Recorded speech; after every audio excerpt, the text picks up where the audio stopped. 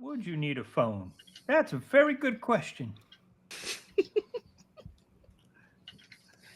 I'm Oh, suspicious of and we're prison. live Oh, with a very Ooh. quick tip of the cap from our producer. okay. Yay! So How Because is he's everybody? not wearing a hat this prepared. time. Yeah, well, that could be why. Trying to catch us unawares, but we are too quick and crafty for them. Hello, everybody. Welcome in again to Hit Points Not Required, a one shot here where we are going to tell a tale of old ladies and murder.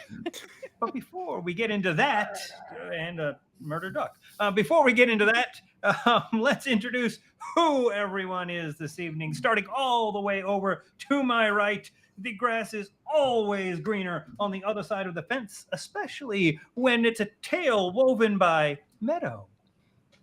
Howdy, darlings. I'm Meadow, she, they pronouns, and I'll be running this lovely episode tonight. Indeed, you will. And the first old lady up for bid is the smooth sounds of shea butter. Indeed. Hi y'all. I'm playing Rosalie. Hee hoo. Yeah. Been. I love that been, sneak peek. That's been, so excited. Indeed. I guess my character is one that likes to cook, and has a very nice like outside wet kitchen, so to speak. Inspired by her time traveling around the world. Because mysteries are not exclusive to Brindlewood Bay, but that is me. So, yeah. Lots of sneaky stuff out there. What is Brindlewood Bay? We don't even know. But next, vying for the title of oldest is Vi. Hello, I'm Vi. I use they, them pronouns. And we'll get to Doris later. Indeed we will. Indeed we will. I am Chuckles. That's Chuck with an L-A-Z, but I like to say it funny just because, hey, occasionally it makes people laugh. And that is what grannies do to themselves a lot, right? Moving on, we have a granny that's usually on the other side of the lens, but hopefully tonight the spotlight will shine in their eyes. Chris. Hey, y'all. I'm Chris. I like games. And I'm playing an old lady tonight. I can't wait. They garden. And their name's Rosemary. I love them so much. I'm sure we will love them too. And rounding out our cast for this evening, our favorite shade of granny, purple, it's Violet. Hello, I am Violet, and I am also here. Indeed. We are all here. We are all grandmothers. We are all sleuths. We are all book readers. We are all here to have a good time. And what can be better in having a good time than getting something for free? Do we have something to give away, Meadow? We sure do. We have lots of stuff to give away. As you may know, new friends and old friends, we are on the road to 1,000 friends here across all of our social media platforms. Check out our beacons for that. You can join our Discord. You can hop over to YouTube. You can be on our Instagram. You can be on our X. And you can be anywhere that we are. Join us, be friends with us, catch up with what we're going to be doing next. And to celebrate the people who have already joined that journey with us, we're giving away a little something to one of our Instagram followers at Actually Ann Art. Very talented artist. We're really lucky that they follow us. So we're going to reach out to Anne and give them a fan or a t-shirt. It'll be up to them to choose. It's a big old clack fan or a perfectly sized and very high quality, very comfy. I have a couple of these. Hit points not required shirt. So, and be on the lookout for us to reach out to you. Thank you for joining us. And if you join us on this journey, you can have something cool for free too. Yay! Thank you so much to all of you along this journey with us. We have bigger and better things in the works. We have a Patreon that has recently been launched with all sorts of fun tiers and stuff that you could do. Come and play games with us. Create a villain that we may have to face somewhere, sometime, somehow. Get a handwritten letter from Violet. What could be better than that? In the U.S. Postal Service or whatever country postal I service have ends up getting international delivered to. stamps. Yeah, and we want to Don't use worry them. about it. So That's please So many stamps. join But us. international stamps. That's nice. So please join us on this journey. But remember, we're not just doing it for ourselves. We are not just doing it to use our stationery and write you letters. We are doing this for a good cause. And Violet is going to tell you about that cause right now. Yes. So this winter, we are giving back to a community close to our hearts. The Atlanta Mission is the largest and longest running provider of services for the unhoused population in Atlanta, Georgia. They provide meals, shelter, counseling, and many other basic necessities to those in need. With the launch of our Patreon, we are going to increase our direct donations to Atlanta Mission with an additional warm coat or similar gift for each 5 new patrons who subscribe to a named tier. So please help us help the people of Atlanta stay a little warmer this winter. Yay! And now, Oh. speaking about people that need a cardigan or a sweater or something just to stay warm, Meadow, will you weave us a tale? I'd love to. I'd love to open up with the camera sweeping over a panoramic view of a lovely, cozy coastal town. A dilapidated sign, Brindlewood Bay, population has been dwindled down from quite a large number to a much smaller number over the years. We pan past schools, past parks, past very small libraries, and a adorable, idyllic main street as well. The camera stops on a building. All lights are out. It says the Need to Know Culinary Academy. A window. High up, you see a light come on. It begins to flicker. There is the howl of a coastal wind, almost like a scream. And then the theme to Brindlewood Bay, cozy light and piano, fades in, and we smash cut to Rosalie Jones. What do we see Rosalie doing? Paint us a picture of a little vignette of her intro. All right. And around, is this the same time frame, or are we just like, is the music like Yeah, continuing this to the can next be day? Kind of? yes, Title just credits, your title intro credits. theme. It's very Title much title credits frame. situation? Absolutely. Okay. So I guess like as we begin to hear the like the bird songs begin, as I guess the dawn or the dusk breaks to dawn or the night breaks to dawn, you hear like the sound of like shing as like she's washing rice, and dumping yeah. out like the cloudy water and like refilling it and then like setting it aside to soak, and then like igniting the very small coal grill. She has to sit on like a small plastic stool in order to get going, and like watches attentively. I guess, and while this happens, I guess like there's the smell of like fish sauce and oyster sauce as like things that are marinated begin being pulled out for the breakfast, to make sure that we're nice and full, like her and her friends, or like me and our friends, to ensure that like we're properly full and ready to go for the cooking that's supposed to be happening later in the day, with our instructors. Absolutely. Yeah, you never know if what you're going to cook at the Culinary Academy is going to be any good. So you might as well fill up now. Just cover your bases. Just in We case, see Rosalie washing some rice. The camera slowly moves away to perhaps a new area where we see Pearl. Could you tell us a little bit about what you're doing and what the camera sees as it zooms in on you? Pearl, as is in the place she is usually found, sitting in an overstuffed armchair in a little sunny room. Also, in this early morning. Um, Next to her on one side is a big fluffy ball of pink yarn. As she's knitting away, and next to her on the other side, nuzzled into the chair, is a big fluffy ball of white fur, which is her cat, Gwendolyn, as she just sits clicking away with her knitting needles. Beautiful. Pearl is making something lovely in the coziness of her own space. We see a couple of images of Brindlewood Bay, the waves lapping against the shore, some strange rocks. We pan right across to Doris. Can you tell us a little bit about what we see? Of course, you see Doris with one red cardigan, one white cardigan, and then on top of that, a gray cardigan.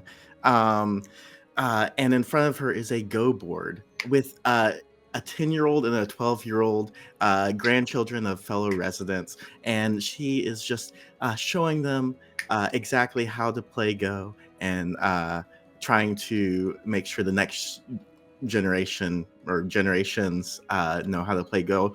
As right next to her is a picture of all the residents of the Bay at the recent charity 5K event. Yes, a very charitable event it was, probably very successful. You do this often. Everyone knows to come to Doris for a little bit of revelry for a good cause. We start to pan to another one of our tenacious mavens, but the screen statics a bit. We see that sign of Brindlewood Bay again, but this time there is a crack straight down the middle and almost something like black ichor stretching and pulling in between that crevice. But in a blink of a second, almost subliminally, we're right back to our next Maven at Prison B in a cozy little space doing a cozy little activity. Can you tell us about Prison B? Oh yeah, sure. The closet door slides open, and up sits a slender woman, and she grabs a sweater, let's say, from like there's about 5 of them in there. They're all exactly the same. They're all striped horizontally across with black stripe, gold stripe, black stripe, gold stripe. And even as she has just woken up and put on the appropriate outfit for the day, she has a cigarette lit in the corner of her mouth and puts everything else back, sets up the bed in the closet very, very neatly and organized. Everything's okay. I'm getting up here, boss.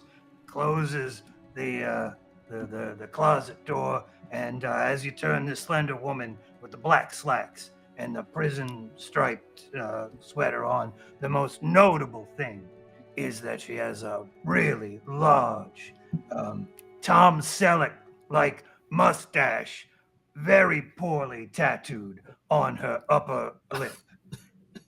Oh my God. All right. Well, let's get up and see what today has to bring. With that last drag of the cigarette, a puff of smoke, and as that smoke clears, we see our final Maven, Rosemary. Can you tell us where we find you and what you're doing? So you come in, there's a chipmunk running along the ground up onto a bed of soil, plants, greens, vegetables, and a rose glove reaching down, grabbing it, picking it up, and just yeeting it across the fence. As a very buff-looking Maven, sweater and her floral print overalls adorn her. She turns, looks back at the camera, wipes some sweat from her brow, and gets back to doing her job. Picking out some carrots, picking out some zucchinis, right? We're going to be cooking something. Might as well have some of this ready. As you're down there, uprooting these vegetables for your later meal, you find something under the bushes there, as if someone had slipped it through your fence and nestled it right in that fresh soil. It's a brochure for Need to Know Culinary Academy. Strange, seeing as you and your fellow Mavens have plans to meet there later this very day. There is something odd about it, though. You do notice that there is a very strategically placed cigarette burn on the face of who looks to be the chef on the front of the brochure. And we pan up and away. You see the wide shot of all of Brindlewood Bay and steam. As that steam rises, we get the aroma of freshly baked bread, the sizzle of garlic on hot metal, and a group of eager cooks, our mavens included, gathered around in the Need to Know Culinary Academy. This culinary academy, this cooking school, is a well-known staple of the Bay. It is a no-judgment, relaxed zone for people who want to up their culinary skills. However, anyone in the Bay knows that it's lacking in business lately. There are rumors going around that the building itself may be haunted, and folks in this very tiny town are easily spooked, and they're naturally suspicious. So classes are getting smaller. The business may be looking to go under. And a local resident, Chef Sue, has asked you all to come in and take part in this brand new class that she thinks is really going to stir up business. Mysterious Meals with a Twist, where you cook meals from your favorite murder mystery novels, crime novels, media of any sort, and you actually get to eat them. So you see lots of fervent movement. There's chopping sounds. Everyone's got their own aprons. Everyone's making their meals. It's getting to the end of class where you get the final result of all your hard work and labor. I'd love to know, Prison Bee, what is the meal you attempted to make, and how did it turn out?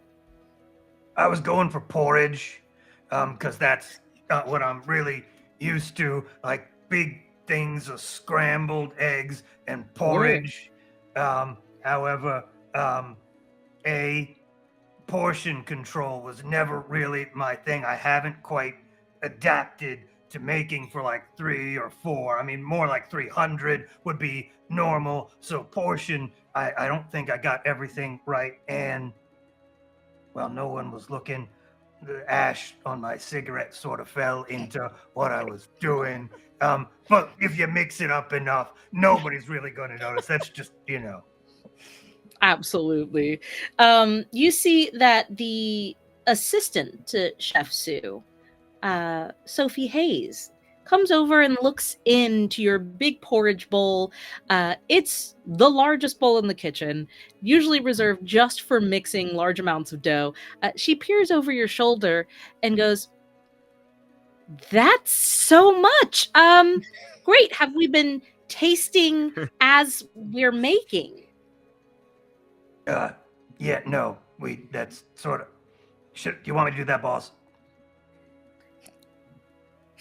All right, I'm tasting here, boss, and I'm just gonna stick 2 fingers in. Absolutely. And she goes, "So I'm scared to ask, but what are the flavor profiles you're getting? What are you noticing?"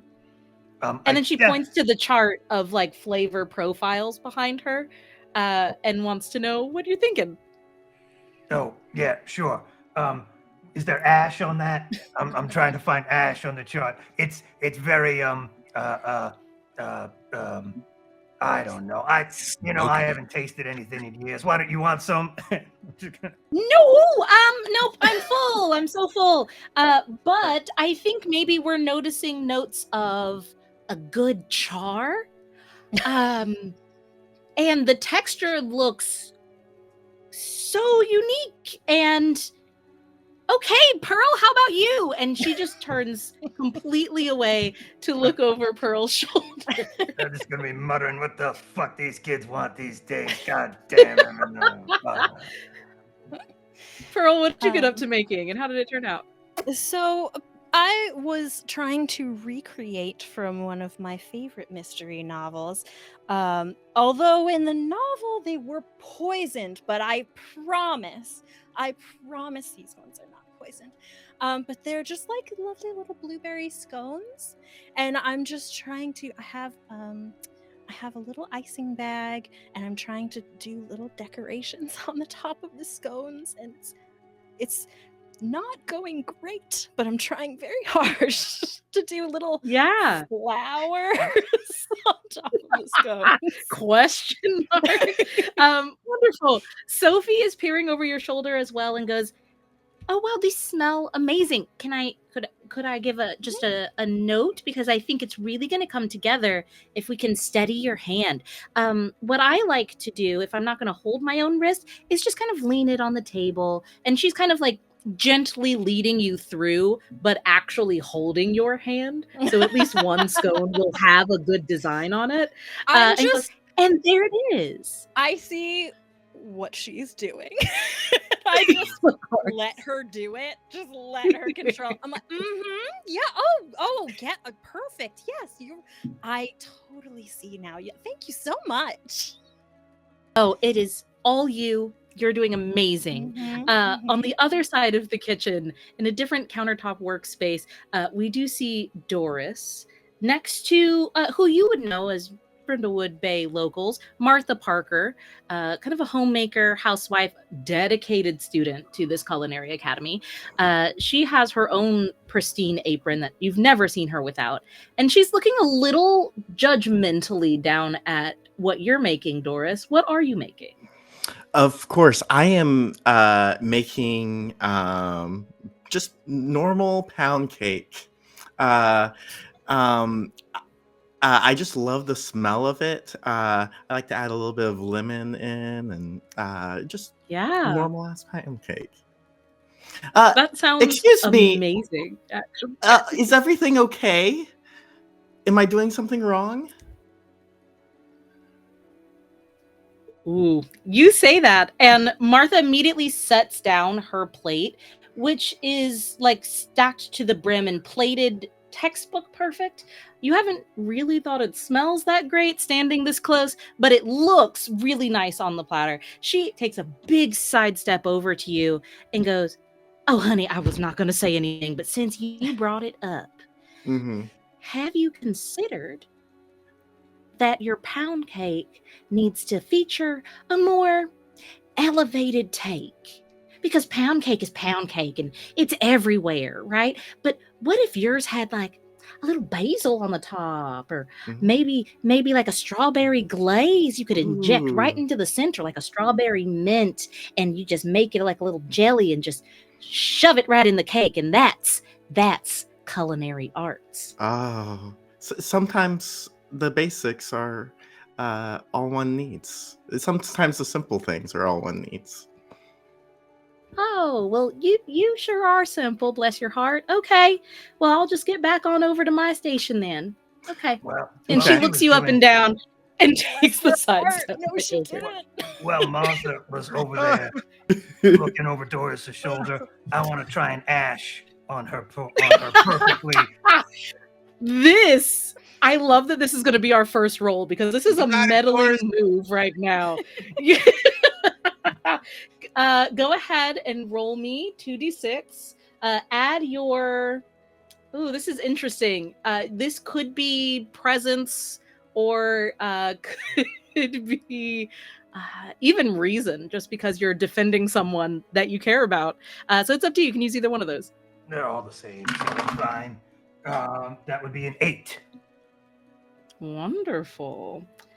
Okay. You lean over to Ash in her decadent pile of like wine reduction rib sauce and these ridiculous cuts of meat that she had imported just for this class, a medley of vegetables that are probably not from here and shouldn't be eaten the way that she has prepared them, and you begin to ash on it. You notice that someone has noticed you. That'll be your complication, is that the newest sous chef, Charlie Davis, in his pristine designer white chef coat, has been waiting in the corner, watching, not really interacting or teaching like Sophie is, just very removed, observing. And he observes you ash a little bit in her meal. He says nothing, but you notice him notice you. I give him a body wink. A body wink. He crosses his arms, but you see the hint of a smile at the corner of his lips. I want to check in with Rosemary. You are a gardener. You're right next to Rosalie's station. What are you chopping up and making over there? Ratatouille. All my own fresh vegetables, you see.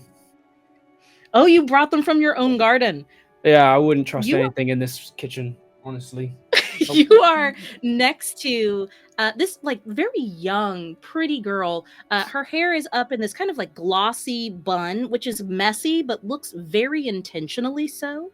And these glasses that you're fairly convinced are for show.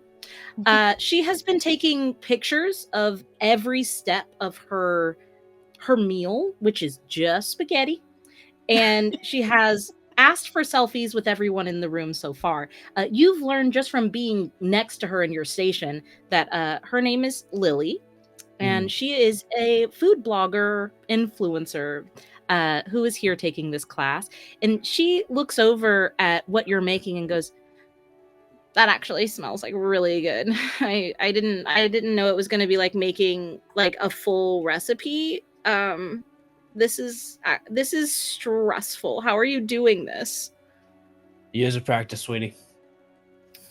Been growing in my garden for, I don't know, 30 years. My vegetables are 30-year-old carrots. They're incredible, aren't they? I just like hand her a carrot. Yeah, she immediately takes a picture with it like this. I get slightly into the corner of it. Yeah, absolutely. You're in the picture. She goes, and caption, "What's up, Doc? Hashtag Brindlewood." And Ooh. she looks at you and goes, "You're amazing." I know. You should come by the greenhouse sometime. Oh my god, I can exclusive. We're gonna be so close after this. And she goes, "How do I tag you?"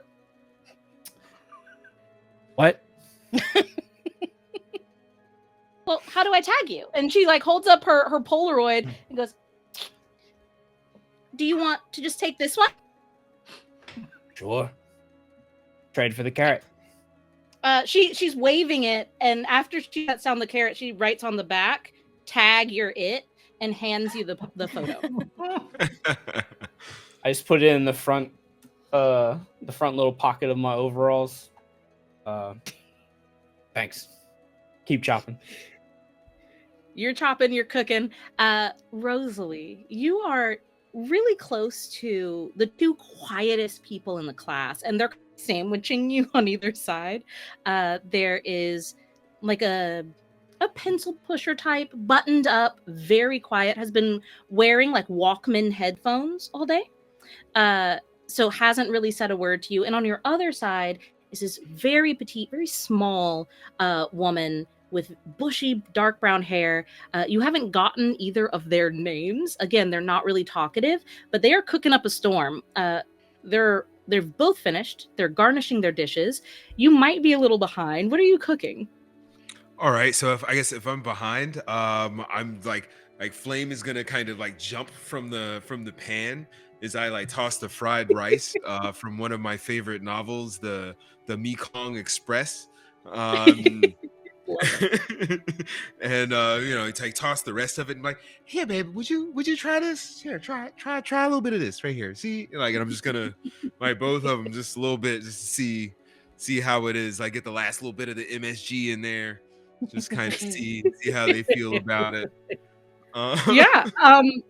So the one next to you with the headphones just keeps going like this every time you try to give him some. But the young lady on your side looks up at you. She's got like a chain neck.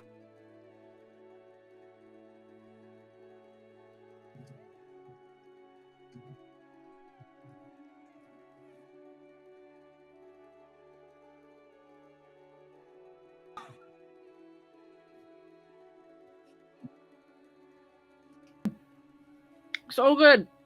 And she goes right back to cooking. You are wrapping up. Chef assistant Sophie has been letting you know that it's about time to wrap up your leftovers, take your pictures if you'd like them, share with the rest of the class. You haven't seen Chef Sue since she greeted you upon entry. So Sophie has been mostly teaching the class, which is not that odd. But since Chef Sue invited you, you figured you'd see a little bit more of her. Sophie announces that she's going to run to the walk-in freezer and grab ice cream for the Sunday bar that's going to be in the banquet hall attached to the school, so that everyone can have a nice dessert, talk about their meals and their experiences, and just have some nice community time. As she walks over to the freezer and you all are starting to wrap up, the door opens. There is a wave of cold and a shrill scream as Sophie Hayes looks down at the floor of the freezer. The camera sees, as it pans in over Sophie's shoulder, a body. Chef Sue, lying in the freezer with a kitchen knife in her back.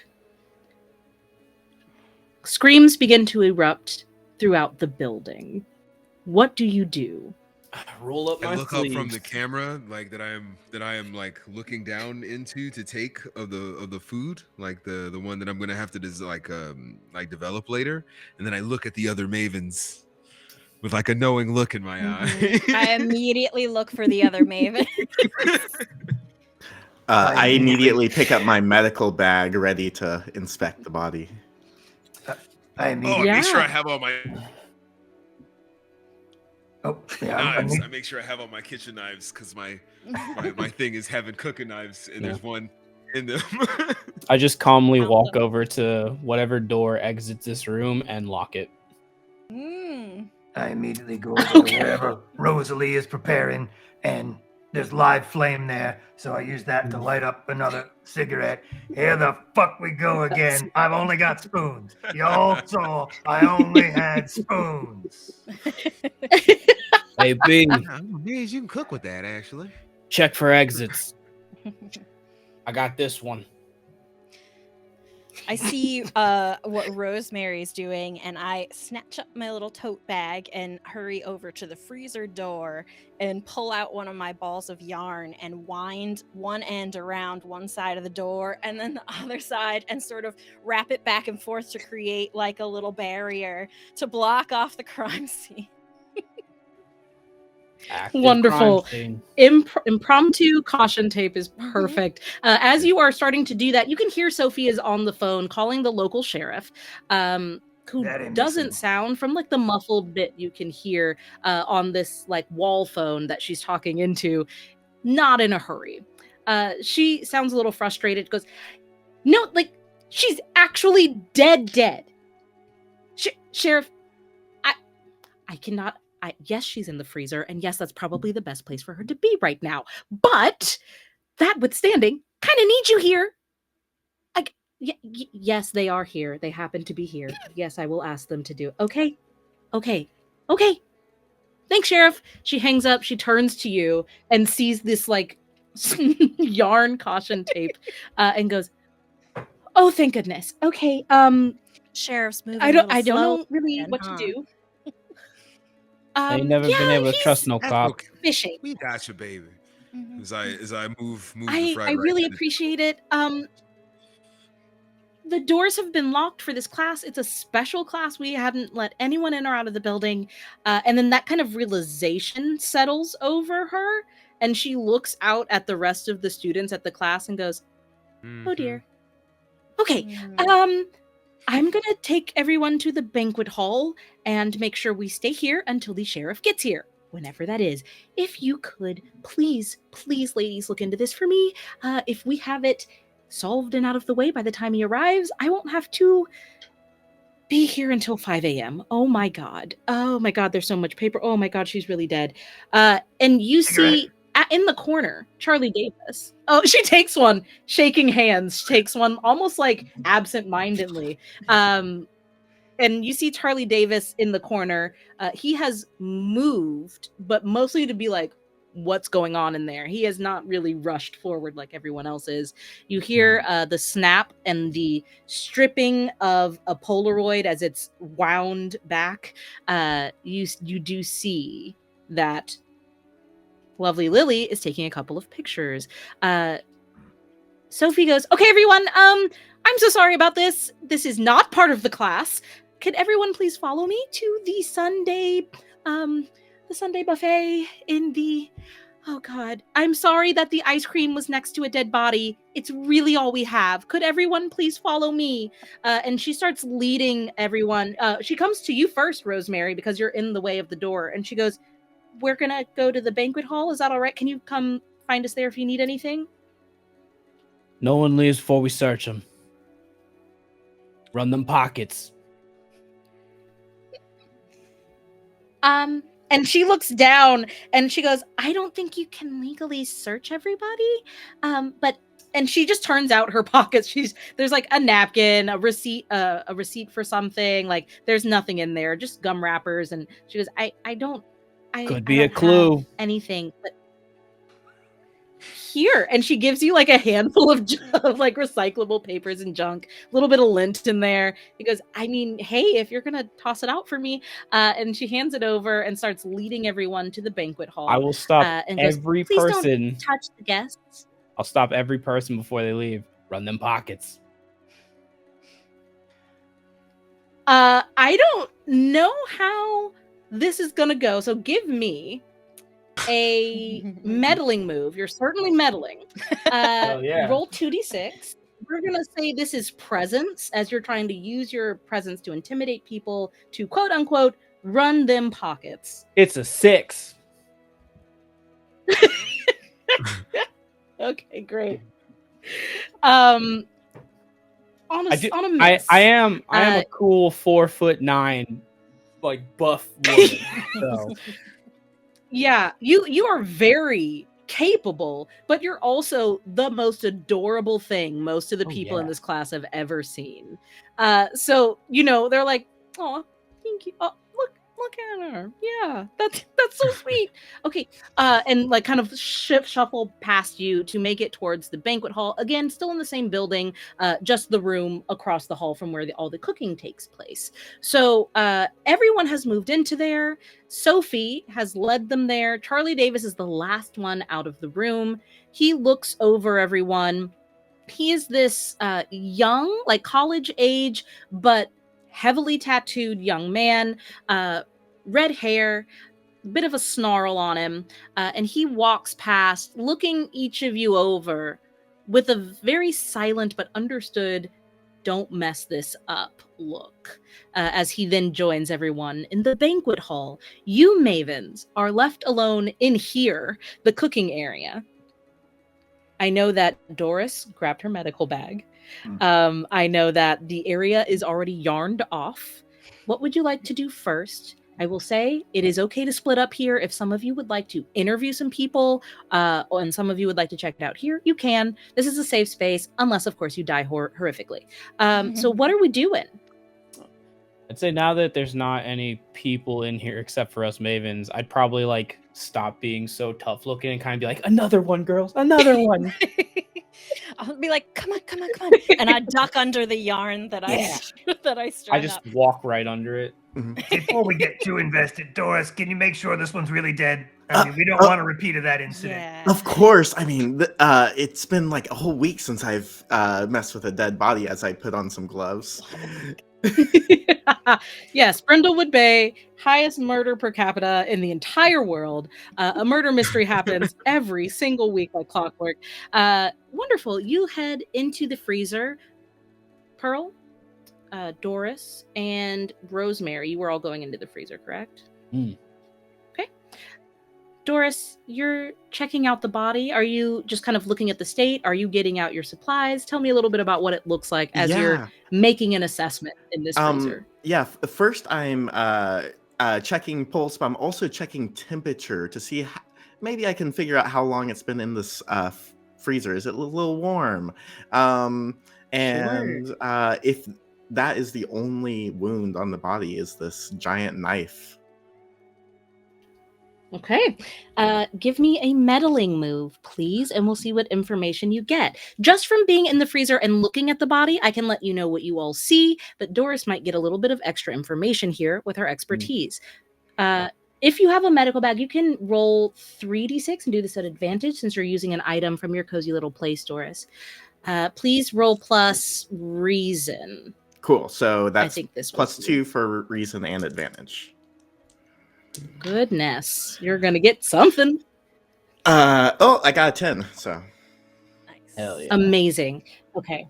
So what you all see is, unfortunately, Chef Sue on her side, laying down in the freezer. There is a knife in her back. Of course, there is blood around that wound. Doris, you notice right off the bat, she is not breathing.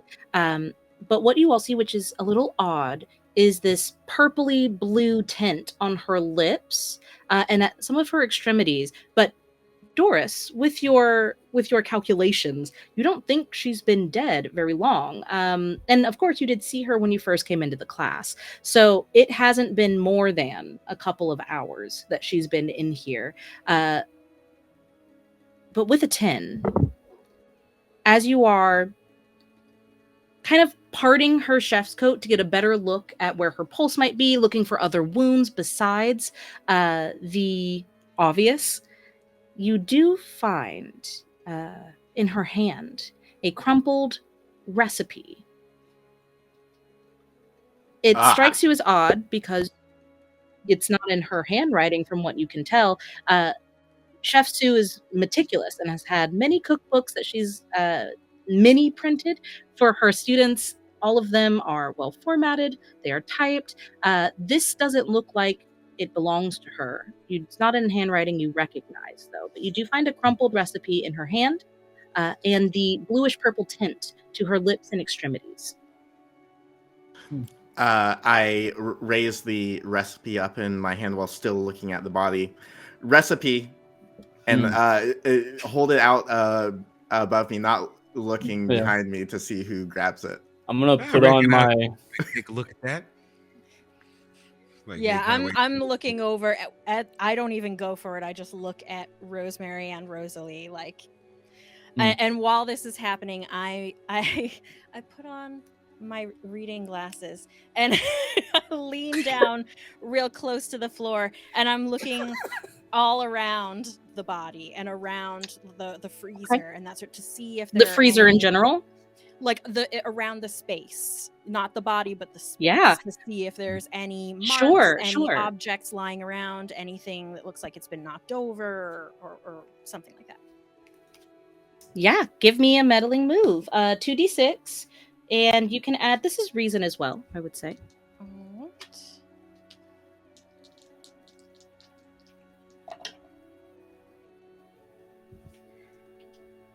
That's a 10. Wonderful. I'm glad we're getting all the good rolls out now. Let's see here. So if you're looking in just the freezer, what I say you'll find is that there is, in fact, a safety for if someone were to accidentally get locked in the freezer. It looks like a little red phone, like a landline, and it looks like it only goes out to the intercom. Like you can't dial a number, you press a button and you speak into it. And it seems like it may connect to an intercom where they can speak back to you in a similar fashion. The wires for this have been cut. So someone has disabled the emergency phone in the freezer, which strikes you as very odd. And that is another capital C clue. You have found 2 so far, a crumpled recipe in a suspicious handwriting and a disabled emergency phone in the freezer. Meanwhile, Rosemary and Rosalie, you've got this bit of paper in your hands. What are you doing with it? Oh, that's Rosemary. Or that's Rosalie. I'm doing something else. Take out my book of ritualistic recipes for, like sacrifices and offerings, and see if any of the ingredients or methodologies match. Absolutely. Give me... We are going to call this a day move. Please don't roll anything just yet, because you're interacting with the occult for this a little bit. What are you afraid could happen if this goes wrong right now? I am afraid that this could be like a scary ritual as opposed to just like a bath bomb for like, a pleasant experience on a date kind of situation. Yeah. It could be like Yeah. a, hey, we're talking to a gibbering thing from a place that's not a place. Absolutely. One of them cool rituals. This will be a sensitivity roll. So roll me 2d6, add sensitivity. I'm going to let you know what happens. What did you roll? Oh shit. So Okay. scared. What did you roll? I rolled a fucking 7. That's okay. That's a mixed success. So on a mixed success, Okay. the day move, you're going to be okay. But I'm going to tell you how this could leave you very vulnerable in this moment. Then you get to tell me if you still decide in this timeline of this episode of Brindlewood Bay that you carry on with your decision. Okay? All right. So if you are to open this book, you take it out of your bag and you hold it. And the recipe is in your other hand. And as you are holding this book, you feel a thrum of energy, as if the book itself is humming without sound. You feel it in your very veins. It makes you want to open the book. But something far less preternatural is telling you that that is dangerous. Do you open the book, Rosalie? I'm gonna say with my slightly buffed sensitivity and generally like my understanding of when to hold them and when to fold them, I am going to first just look at the. I'm gonna like put the book away for a moment. Say maybe this is for a little bit later. This wasn't a very obvious ritual, and just like, just look at the recipe and see what it says. Yeah. And maybe reason about that. Sure. You see that there is turkey and duck on this recipe. You see that there is something that you may think would be like very traditionally Thanksgiving like, until you get to where it says human organs. Oh. Can I still open the book? Like, is that still on the table? Yeah, if you want to. All right, I'm just gonna open the book because like we get to the human organs, like turducken with yeah. Wait, there's so many options for human organs. Which ones? There's are so many. Yeah. Just shove some in there. Yeah. Wonderful. You open the book and you begin looking through, trying to compare notes, trying to see where a human organ turducken could be in the list of occult rituals and recipes. We will now take a meddling move for you to see if you can get a match and possibly another clue out of this. So Okay. please give me a meddling move, 2d6. Oh wait, your occult book is in your cozy little place. You can roll 3d6. So we'll do this at advantage. Take the highest 2 rolls and add your sensitivity, since that's what you're using. All right. Roll. Okay, so I have a 13. Fuck yeah. So not only do you get a clue, you get a void. Excuse me. You said the top 2 is 10. Or did you just Okay. like Okay. adding all 3? All right now. No, just the top 2. You did it Okay, right. yeah, So it's a 10, but that's still great. You get a something out of this. You are holding the recipe next to this book, looking for it. You find the right one. The book itself feels like it reaches out and grabs your hand from the spine of the book, as if it grows spectral fingers. You're standing alone, doing this alone right now, Rosalie, as it creeps around and grips you and pulls you forward. You don't know where it is leading you. What do? You feel a tug. Do you say anything? I guess like I'm gonna lead back and like signal to the others like a thing that I have done like sometimes ideally when I am going to go to a place and I need to signal that other people need to know. So I'm just gonna kind of like get pulled by he who. Kinda You give a he who. keep it going, yeah. Does anyone come to Rosalie in this moment before I give Rosalie their capital C clue? I definitely respond to the he who. Yeah, I mean, There's it's something. He who for prison Scuttle bee on and pearl. over. I was over by the sink washing off one of the big wooden spoons that I was about to steal, and I see that, hear that, and I go over there and just thwack the back of the head with the wooden spoon. Fucking ow. Kind of a snap out of it. You feel that thwack. The book falls out of your hand onto the nearest countertop, where you see. Let's see here. Yes, indeed. You see that there is a cookbook sitting on Martha Parker's countertop. Just from looking at the signed front of the journal, it does seem to match the handwriting of the recipe in your hand.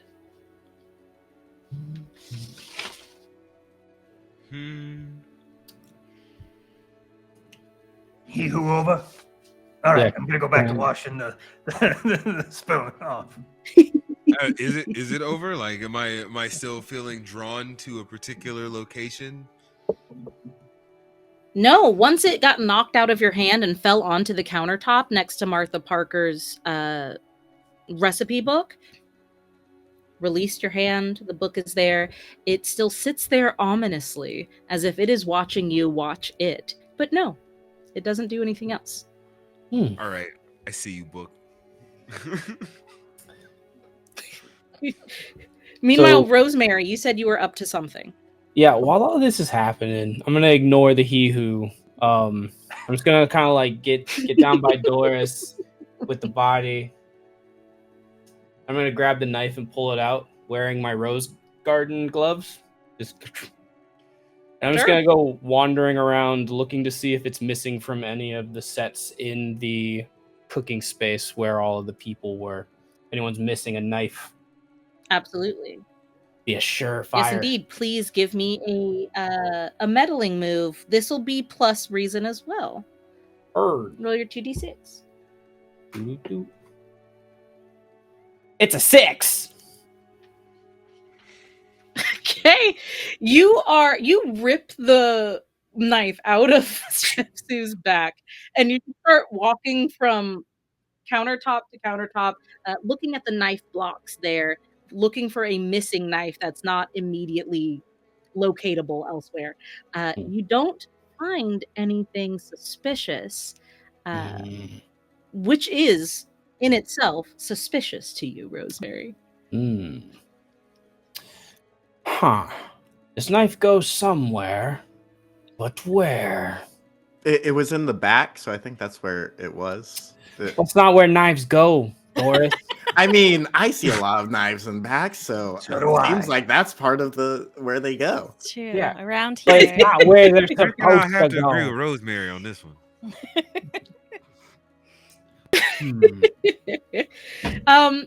After this bit of a he-who moment, the lights flicker a bit in here.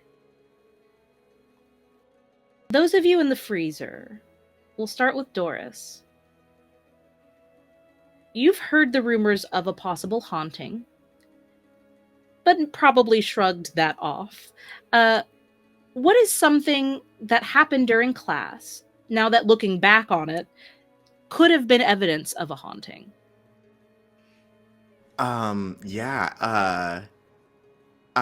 Every now and then, just when someone would spark a flame, the flames weren't like consistent. They would every now and then just spark up a little larger than you anticipate before settling down again. And it's seemed to happen all over, but very randomly.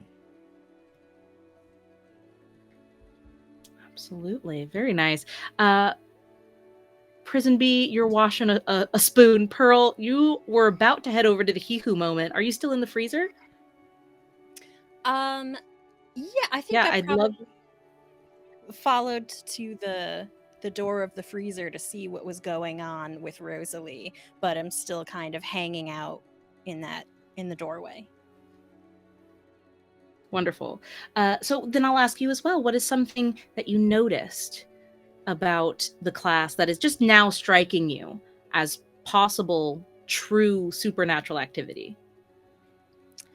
You know, it was funny. At this age, sometimes things slip your mind, and I could have sworn I was working on my dough and I hadn't put in the blueberries yet, and then I had, and I thought I just must have forgotten. I just must have, but somehow they were there, and I didn't actually put them there, and I thought it was me, but maybe it wasn't me. Interesting. You are recontextualizing your cooking time now, all of you. The freezer door slowly begins to shut, as if on its own. Pearl, you're perfectly in the way to stop that, but you do see it swing towards you as if someone from behind had shoved it in your way. Is there anything else in the kitchen that you'd like to do as you see Pearl narrowly avoid getting squashed by the fridge door, and you've all taken a little bit of a look at the body?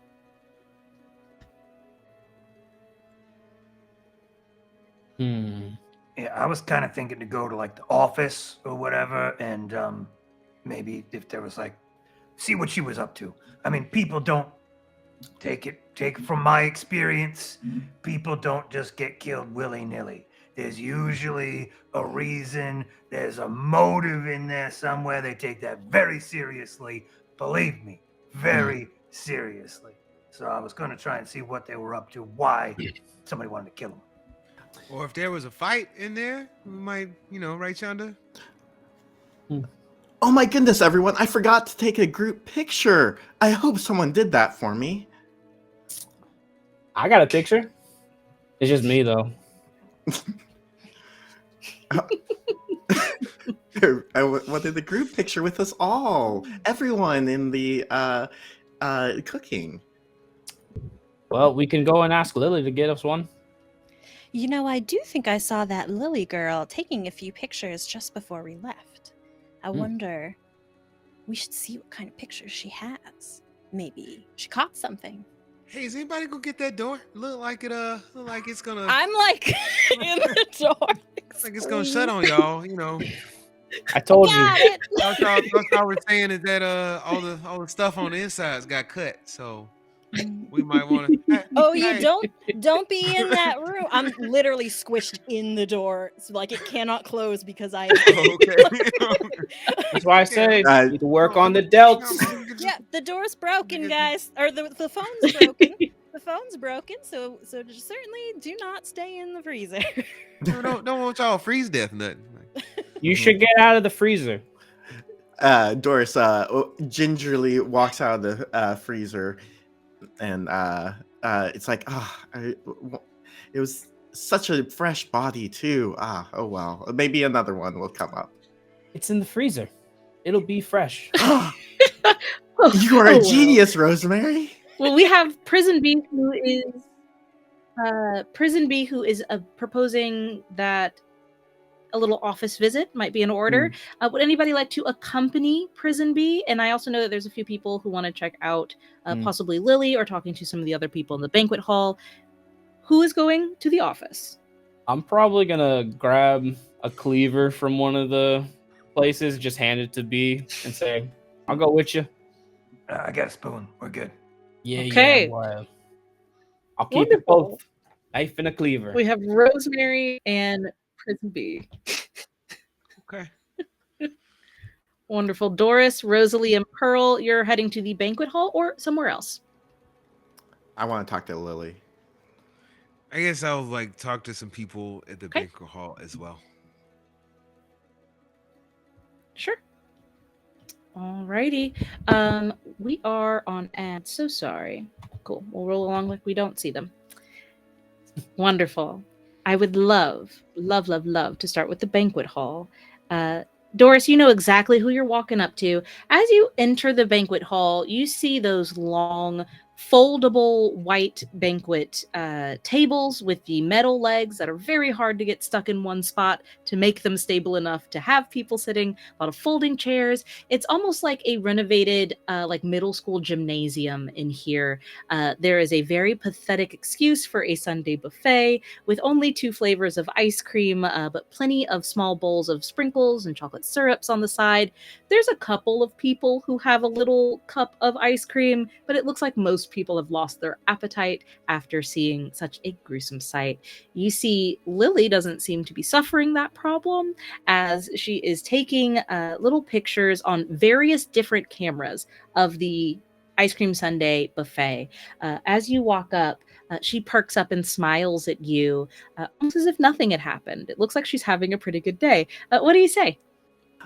Oh my goodness, Lily, I love your pictures. I would love to see all the pictures you've taken today. Oh, I don't know if I can do that. Let me give you my little Polaroids.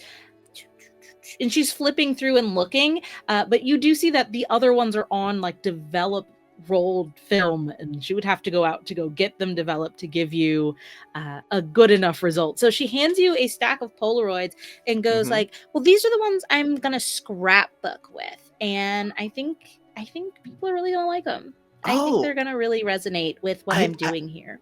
I bet they will. You know, some people love this method of scrapbooking. They like put the cards in time order, and then like you can really make the collage and the scrapbook like flow better if you put them in time order first.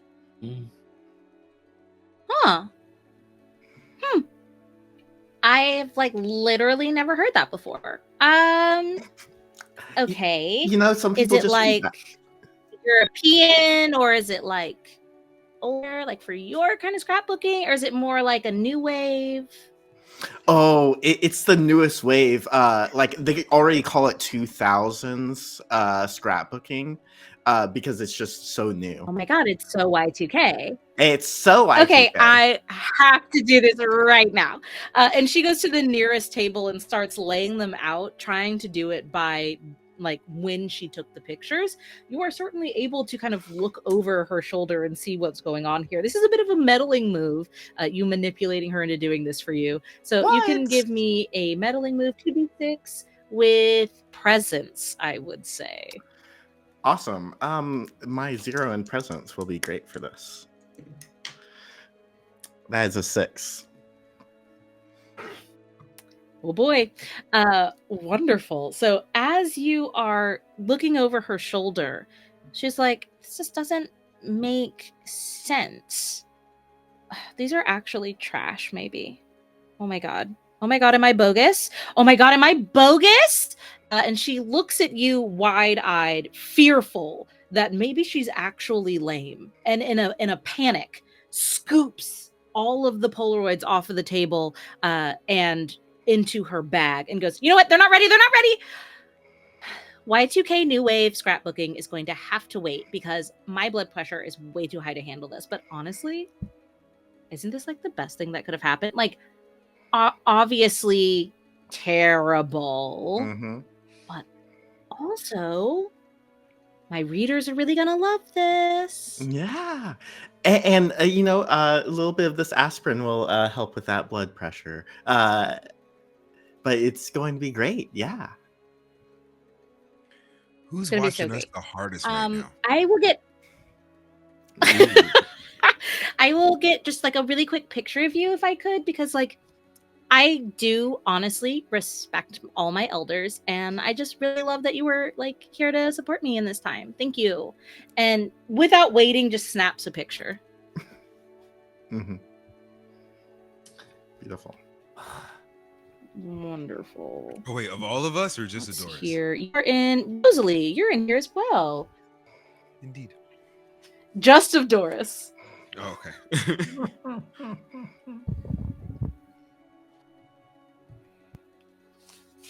But Rosalie, who are you talking to?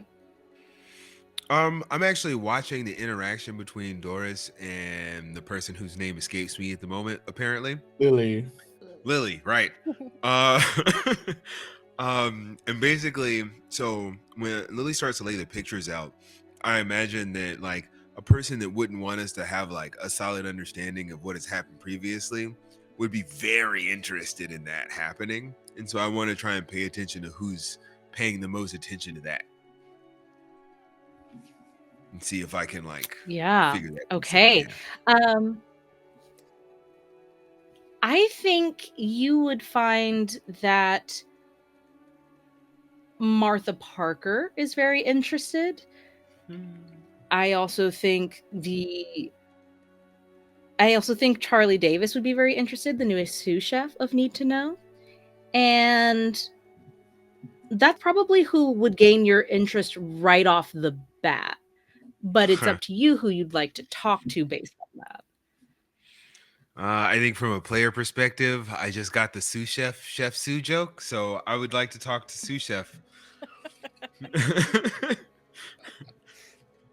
Okay, wonderful. Yeah, you walk up to Charlie and you know that he is not a Brindlewood Bay local.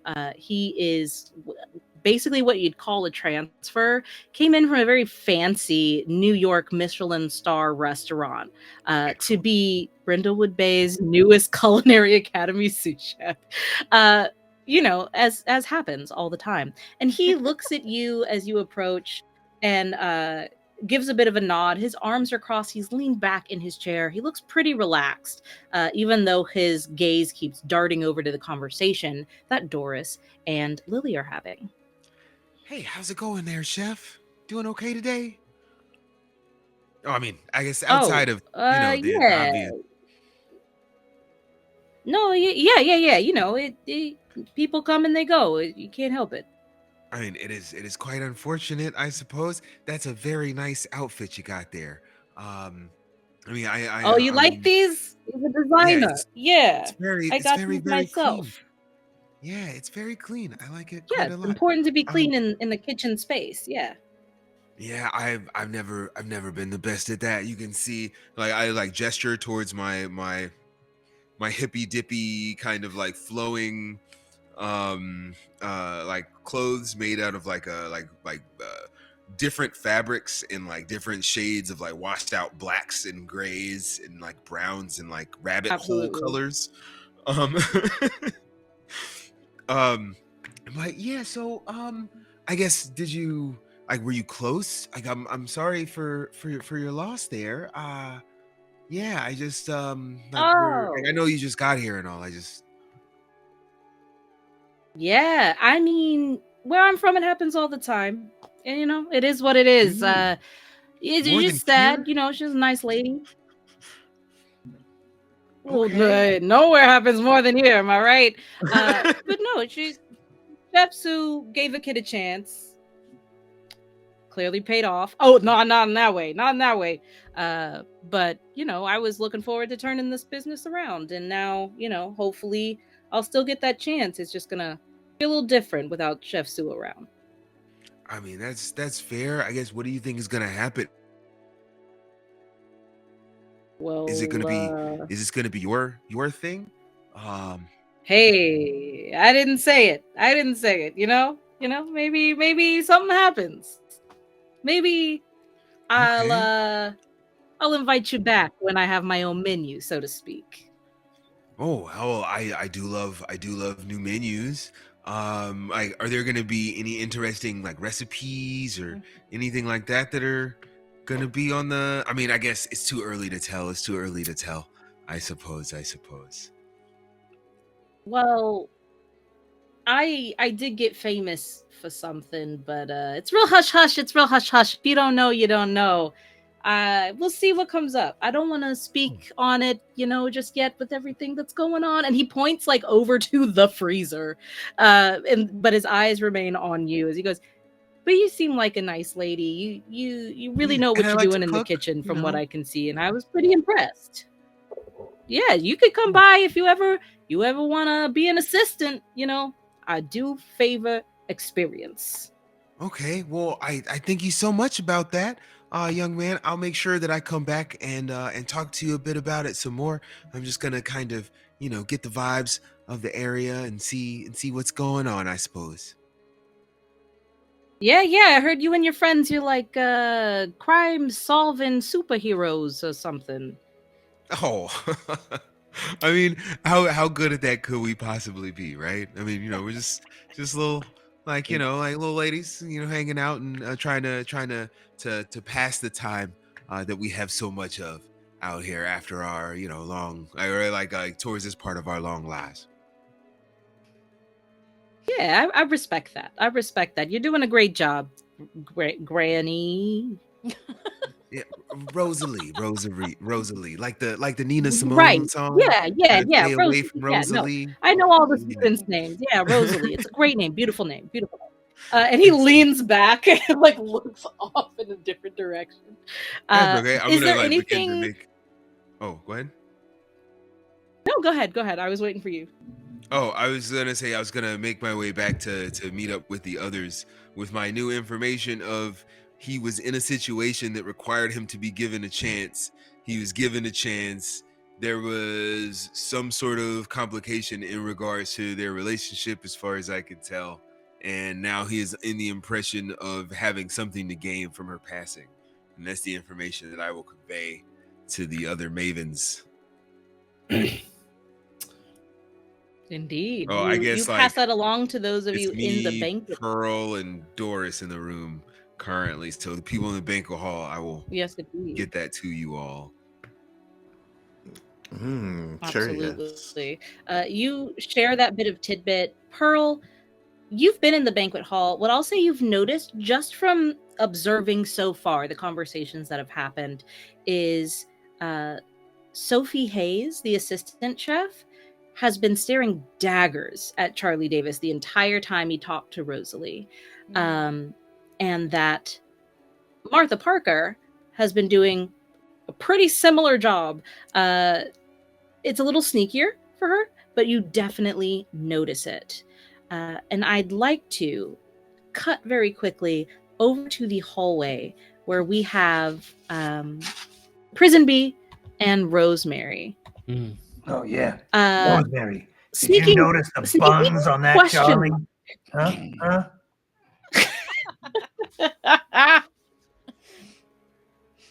No.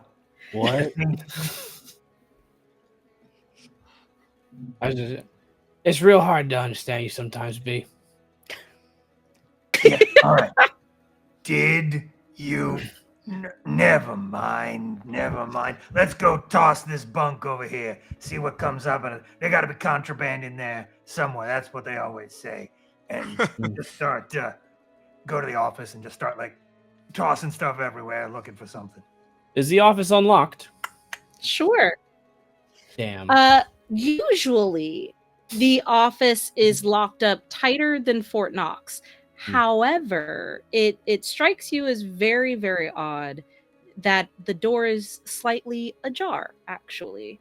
The office, if you even just look inside, you can see that it is a very small space with just enough room for like one desk, one chair on either side, and then a collection of some cabinets for files. There's a couple paintings, one lamp, very, very small space. Smells like freshly printed paper. As you are peeking in or just fully strolling in, I mean, what if is the door's something ajar, in here that you notice? What is something in here that you notice that makes it seem like someone was in here recently? I mean, very clearly the freshly printed paper smell. There would be no reason for that if somebody wasn't recently printing something. But if the door is ajar, like, with as much gumption as possibly I can muster, I'm going to bust into that place. Butcher cleaver, chef knife, kind of like, who's that? Right. Prison B? Anything? Yeah. didn't You see see anybody. no one in here. Absolutely no one. Did you But you remember to do take know your that pills? this used to be like Chef Sue's sanctuary. Or any windows? Other doors? No other doors. There's one window behind the desk. This is on the first floor. The window is locked from the inside. Hmm. Yeah, I I'm just put the starting to knives spill away. stuff. What's behind the painting? Tearing files open, throwing papers everywhere, completely tossing. Great, the we're office, ransacking. looking for something. There is a printer. Yes. Yes, there is. Yes. Can I go and see if it has the function of reprinting the most recently printed thing? Sure. You know how go to over use there. those Give me a things? meddling move, Rosemary. Give me a meddling move, 2d6. Do it with reason. Prison B. If you could please give me a meddling move as well. But you're ransacking the place, so give me just pure vitality for this one. It's a 6. Okay. That's an 11 on the dice plus 0 because I'm not very light. Wonderful. 2s and 4s, So baby. the printer, Rosemary, the printer is blinking jam. Ink jam, ink jam, ink jam. Just like mine at Prison home. B. Hmm. Prison B, as you're flipping things around, tossing papers in the air, ripping open filing cabinets, you do find something quite interesting. There is a restraining order in one of the filing cabinets. It is from Chef Sue, but it has not been completed or even filled out yet. The date on the top was last week to the day, 7 days ago. And that is a capital C clue. As you find this this restraining order, you hear the phone ring on the desk and the very fast-paced clip-clop of feet approaching quickly the office you're in. And that's where we'll take a break. All right. Alrighty.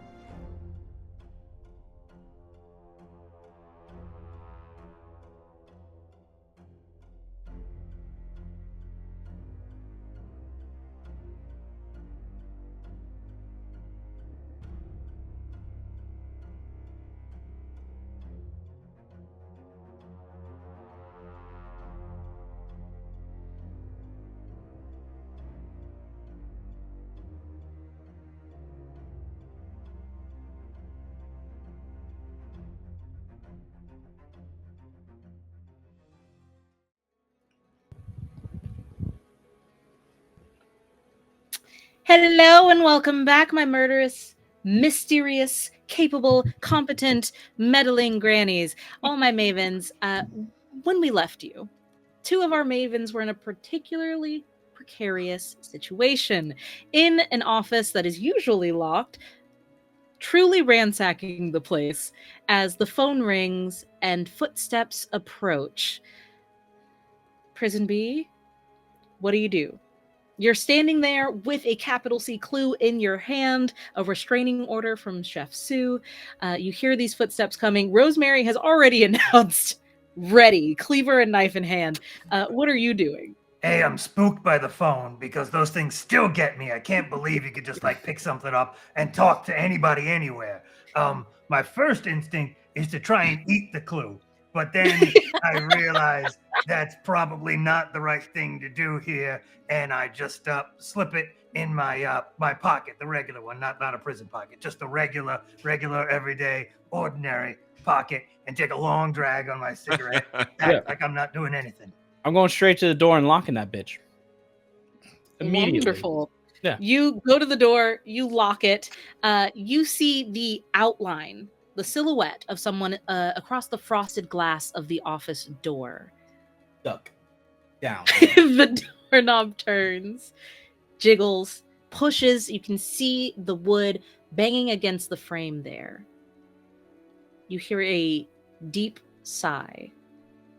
And then something like a nail gently clawing its way down the front of the wood.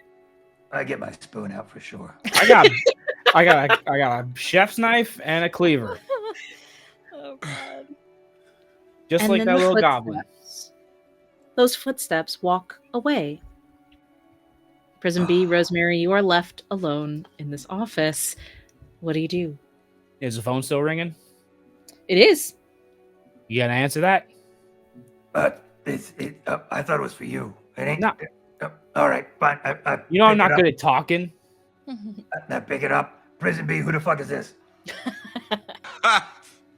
In a wavy warble of a voice, one that is neither feminine or masculine, one that almost seems tuned to be misleading. You hear, "Stop poking around." And the line goes dead. Oh, I hang up. I think they're jealous. Oh. They want. I think they're jealous. They want Charlie. They want me to stop poking around. Stop touching those buns. How many times we've been told to not poke around? How many mysteries we solved? So many. So many. I'm gonna be here a while. Hang on. Exactly. All right, let's do these schmucks. Fuck them. Cigarette? No. Never. Ugh. Back in the I go banquet light another hall, one for myself. we see Pearl. Pearl, you haven't talked to anyone yet, but you've been gathering your information. You've been observing. Doris and Rosalie have been able to update you on what they learned from their separate conversations. Doris with Lily Harper and Rosalie with Charlie Davis. Is there anyone in here you would like to talk to or anything you want to follow up on? I have mostly been interested in watching Sophie and just observing her behavior and who she's talking to and what her mood seems to be. Absolutely. Sophie, for the most part, has been sitting in one of those folding chairs, knee bouncing incessantly, biting at her nails, darting eyes. Whenever anyone goes up to Charlie Davis to talk to Charlie Davis, Sophie's eyes are on him. Sometimes, even when Charlie's sitting alone, her eyes are darting to him. She seems to be pinpointing and ensuring that Charlie stays here. Now, whether that's her own nervousness or her own suspicions, we're not sure. Yeah, I'm gonna approach her and just pull out of my tote bag, just unfurl this fluffy shawl and swing it around Sophie's shoulders and just sidle up right next to her. Oh, honey, you must be so upset. Yeah, I didn't think anything like this would ever happen. I'm sad, but I'm also just confused. Like I don't. Yeah. I don't know. I don't know. I'm really sorry you guys had to see that. This is not what Need to Know is about. It's supposed to be a safe place for people. I'm so sorry, Pearl. I'm just Modeling. really just boring into her eyes, like Yeah. really staring her An down. as she's uncomfortable talking, amount of eye "Mhm, contact. Very much, very much. I mean, how are you guys getting along? Any good clues? Any theories? Oh, it's I a can tricky certainly one. help It's with my hard to say. theories. It's certainly hard to say. You have theories, then? Oh, I would love to hear them. I would absolutely love that. Thank you so much. She looks at Charlie Davis, then back at you, and goes, I shouldn't say anything. You guys are capable of doing your own investigations, and my opinions might color the investigation, and I would never want to do that. Chef Sue would never want that to happen. But I really hope you find the person who did it. And again, a brief glance over at Charlie Davis. Honey, can you tell me who uses those freezers on a regular basis? Oh, sure. I mean, anyone can just open it and grab ingredients. Some people bring their own ingredients from home and like just store them in the freezer before class. So like anyone can open it. I guess me, Charlie, and Chef Sue use it the most, obviously. But anyone, if you've booked a class here, you can go right on in. It's not locked. I mean, from the outside. How many people here today do you happen to know have taken other classes before? Maybe regulars, people who come back frequently? Oh God, yeah. Martha's here twice a week, every week, like clockwork. And she points to the kid with the Walkman headphones and goes, and Mr. Finch over there. We just can't keep him away, can we? Yeah, he's here often. Is he? Yeah, he's a bit of a type A kind of guy. Nothing against that, but he doesn't like to take creative liberties with the recipe. If everything isn't just perfect, he just loses it. Like last week, I really thought Chef Sue was going to just kick him out of the class entirely. He blew up. He had a total freak out meltdown. But I mean, Chef Sue's just really forgiving like that. I mean, was really forgiving like that, you know? So I guess it's business as usual here.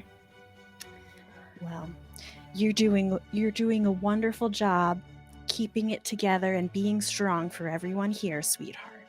Oh, thanks, Pearl. And this is really warm. What is yes, this? Please keep this. And I'm going to tie it around in the front and like, yes, it's just your color. It's perfect. Yes, you please keep this, and I'll go keep poking around. You make sure everyone stays safe. Sure. I'll do that. Thanks, Pearl. And she does seem oddly like more comforted as you give her this shawl and assure her everything will be okay. You make it back scurry over. on back to the other mavens. Yeah. Without getting into any theories, Doris, you see Pearl come over. She probably updates you with what she talked to Sophie about. What are you up to? You, Rosalie, and Pearl, what are you doing here in the banquet hall? I guess like a huddle might make sense. Just kind of like find the least occupied corner, so we're not near other people. We don't want to be overheard. Yes. I kind of want to talk to Martha about where she gets her recipes. I think the recipe makes sense. Because the phone in the freezer was cut, so I would expect, it was someone who frequents, who knows how that system works and knows that they would need to disable that and would have that forethought to disable the phone in case the stabbing was not fully effective, I imagine. I feel like that it doesn't make sense. Why would you need to cut the phone line if you're already gonna stab someone in the back? Well, perhaps if you had, good question. But imagine if you had time to prepare a bit, you might cut the phone because you weren't sure how the stabbing was going to go if you had to do that part quick.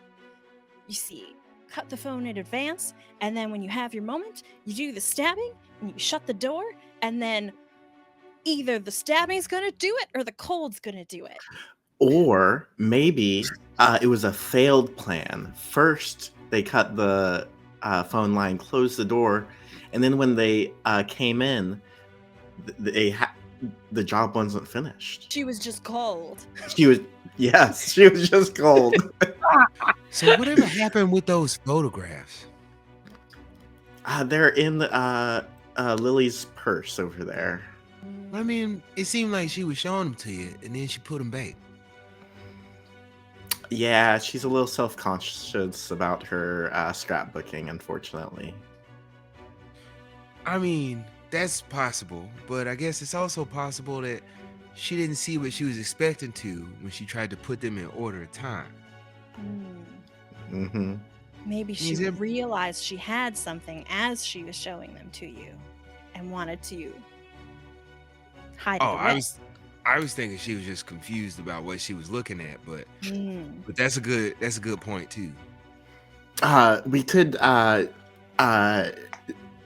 do something like in that old book, the murder of the turncoat clues, and distract her and then steal the photos. I do really like that book too. Yeah, I loved it. So you've made a little plan to possibly steal some of these photos, get a little more information. Doris. Yes. This is your idea. Mm-hmm. I would love for you, because you can take a +12 to this for using a Gold Crown mystery move here, to tell me how this little heist goes off without a hitch. Especially on a 12+, you'll get a little something extra. So tell us how you enlist Pearl and Rosalie to help you on this little caper. Cool. As we cut to some mystery music going on, we see Pearl coming up and talking to Lily, just chatting her up about her photos and like the future of her business, and what the hell a hashtag is. As we see Rosalie start to make a big ruckus by the ice cream, something that Lily just could not avoid taking a picture of. Maybe like starting a food cream sculpture. Ice cream, yes. Mm-hmm. Absolutely. As I am sitting a ways away and use another person's cane to just slide the purse over. Yeah, you hook the cane's head around the straps of her bag, pull it over close to you as she rushes off to take a picture of this glorious little ice cream sculpture that Rosalie is building. Even Charlie Davis is pretty interested in this avant-garde presentation. As Doris, you're able to grab those photos and push that bag back, no one any the wiser. I hold open my knitting bag to toss the photos in. Nice. Wonderful. Then it looks like the best thing to do, and please correct me if I'm wrong, is try to reconvene with Rosemary in Prison B, maybe back in the kitchen or just in the office, like away from prying eyes. You can look at these pictures and get a really good examination of them. You know they're in the office. Where do you head? To the kitchen or to that office? I follow the blood trail from the knife that was pulled out of the victim. Rosemary's trailing blood around. Yeah. Rosalie, you follow that blood trail all the way to the back office, where once again, Rosemary and Prison B, you see a silhouette in the frosted glass, but then comes the familiar secret knock that is just for the Murder Mavens Mystery Book Club, and you know that it's okay to open the door. You see the rest of your murder face. He's taking me out. You open that door up, maybe still weapons in hand, but at least you know who's on the other side. And you're able to Rosemary, let me get the door. You've got both hands are occupied. You're double wielding. I'll put my spoon down, cigarette hanging out of the mouth, open up the door. Cleaver sneaks out, one eye. You see, it is your lovely book club here. You can bustle into this little office and kind of take stock of your new clues. Prison B, you have one in your non-prison pocket. And you can also look at the photographs. For the photographs, I'll let you know, because you got a 12 plus on this for using that gold crown move.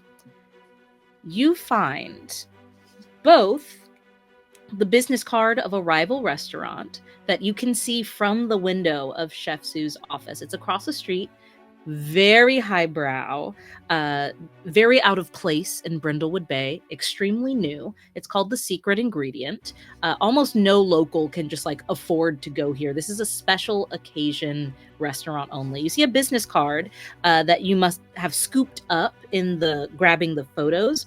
And in one of the photos, very interesting, you do see a picture, a little Polaroid of Chef Sue with a suspect from like a decade ago. So Chef Sue, and you'll see Lily Harper in there. But Lily Harper, much younger. Certainly not on her way to self-help and book blogging fame as she is now. Much younger. And I got this paper with a restraining order. It doesn't say who they want to restrain. I would do it with Charlie. But, you know, or maybe Charlie can restrain me. But out, I don't know. B. But anyway, we Every got time, B. It's been a while. All right. So, yeah, restraining order. Somebody wanted to keep somebody from doing something. Ladies, what's the restraining order for?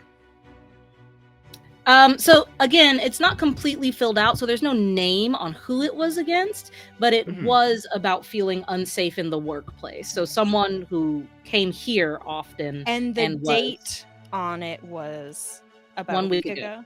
Yeah. At which point I mentioned, I heard that young man with the headphones on, he caused quite a problem just about a week ago. And I think that may be what made Chef Sue feel unsafe. Oh. I don't mean to interrupt, but I think we have a problem, ladies. Mm-hmm. Did anybody leave the banquet hall when you were in there? No, I didn't I don't see reckon so. anyone leave. No. Not particularly. Right. Someone came to that door when we were in here. Isn't that right, B? Oh, I thought you just hit it with the cleaver there. Oh, I see the long. The scratch. The phone is ringing. Yeah, it's a scratch. yeah. I can't cleave it from the inside, Rosalie. But B, Wow. you saw it too. And they didn't knock. They scratched. And you didn't bring your cat, did you, Pearl? No, she's not here today. Yeah, Gwendolyn's good cat, anyways. Yeah, Oh, but you'd the know scratch. if it was Gwendolyn. So someone in this place isn't with our people. And somebody else has access to calling people, and they don't have to use an operator or anything like that. It's not like operator Charlie 6257. They just pick it up and they're talking to you. That's also suspicious. That's just it's just the 90s. B. It's just how the phone works. Oh man, it's so weird. So weird. But Yeah. they said stop poking around. Called on the phone and said to stop poking around. Mm. I mean, it seems like they want to be the only one doing the poking. I mean, stabbing. I see what you did there, Doris. Yeah, but they can't be the same one that was knocking at the door, right? Because they couldn't be on the phone in the hall. Hmm. So it's two. Two. And the person that was scratching had no reason to use a knife to stab, so that's probably a different person. So I reckon I'd like to ask, so Chef Suit, she was just stabbed, right? Like there wasn't nothing missing, right? I asked to the people that like inspected the body. Yeah, There's a bit Doris of noticed. purple. Yeah, the bluish tint on her extremities. Doris, you would know that is possible with an allergic reaction. Yeah, I saw this all the time. People coming in with allergic reactions. So she probably faced that as well. Maybe, I mean, I feel like that's a little much. Knife and cold and allergic I reaction. feel like this person was trying to be as thorough as possible. Yes. No. Take it from me, darling. They were trying to make it look like someone else did the murdering. Happened Yeah. all the time. Where What I'm if- It seems What a little if weird with a knife. Okay, but what if 3 different people tried to murder her in 3 different ways at the same time? Oh, what Oh, if someone? shit, that actually makes sense. Someone gave her food to have an allergic reaction. Someone else stabbed her, and then someone trapped her in Tried the to lock her in the freezer. freezer. Oh, All right. So then my question would be, right? So let's say that something like that would be the case, right? Somebody like 3 people try to do that from down yonder. So why would it be so important to do that to someone, to kill somebody that couldn't summon something that'll scratch on the door? But summon what? What are you talking about? Well, like, so if there was somebody that we knew of that could summon something that would, like slink their way up here and, do the things y'all was talking about, would several of us not try to send that person on home? I The mean, fuck you talking about, Rosemary? you see, I got this knife and this cleaver. Correct, but if it was gonna be me, I wouldn't approach them with the knife and the cleaver. I might try and poison them or lock them in the freezer. You see what I'm saying? Well, you don't got these guns, do you? Correct. That is literally my point. Maybe it was our dead chef who was summoning something. Also, yes, I'm like 3 different people summoning- tried to kill the chef. Yeah, you're. she was summoning something scary. Yeah, it's like calling someone on a really weird landline, and then they come to help you. The fuck y'all did to this world while I was in prison? You reckon saw some strange things in prison now? As you are theorizing and sharing these notions in this locked office here with a blood trail to it, you do indeed hear this howling of wind, which is odd because you're in an office. It seems deep and very close. Even one of the file cabinets pressed against the wall shakes a little bit. There any places to hide in here? I'm sorry, this is totally it's gonna I'm gonna be talking like this for days. All right. If you want to look, you can give me a meddling move, Rosalie. Yeah, fuck yeah. Let's look. I mean, All right, let's meddle a little bit. This if is there is, it shouldn't be hard to find because we tossed the place. add your reason to this, and then I'm probably going to ask you to give me another roll. So do this as a flat 2d6 plus your reason.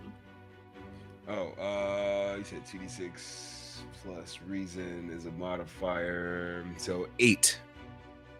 Okay. Oh shit. That's a face. All right, let's do it. What do we got? 8 is a lovely little success.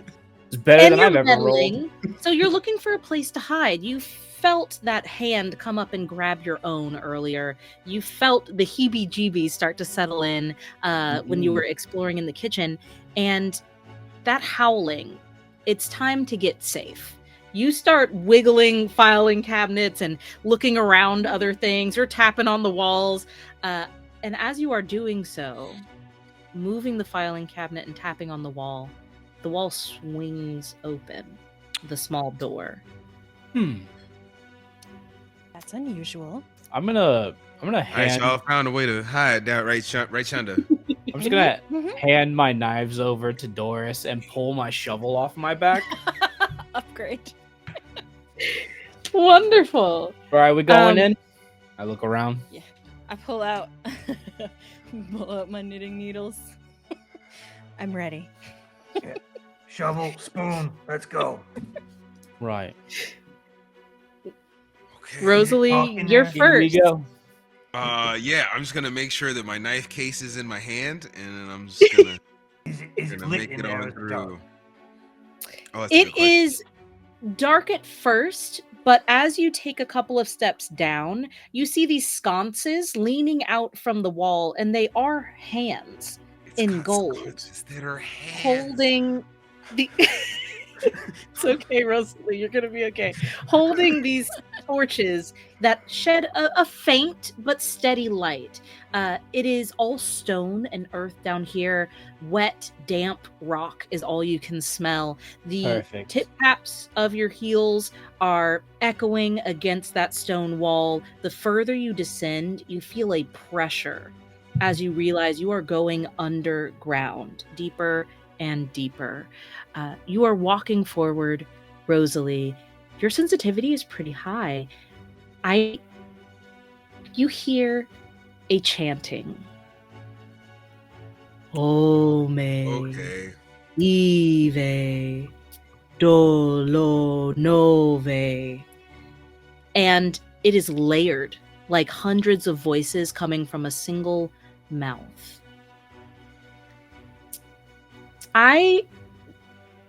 You pinpoint this coming from the only turn in this hall. This is a pretty straight shot as you're walking in. It's almost single file for you ladies as you are making your way down, except for one dark alley. That is where the chanting is coming from, Rosalie. What do you do? I reckon it's about time for my night move, if I'm not mistaken. Yep. Depends on what you do, though. Maybe not. Maybe not.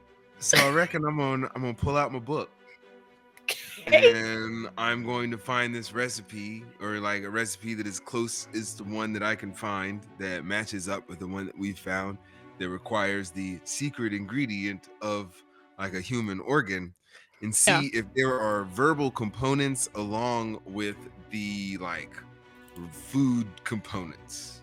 Sure. And if those verbal components match, like if like I'm looking to see, hey, are we about to walk into a bunch of people doing the thing that is in this book? Yes, absolutely. All right. I need you to tell me what are you scared is going to happen? I'm scared that we're gonna round this corner and it's not gonna be hundreds of voices. It's going to be one thing.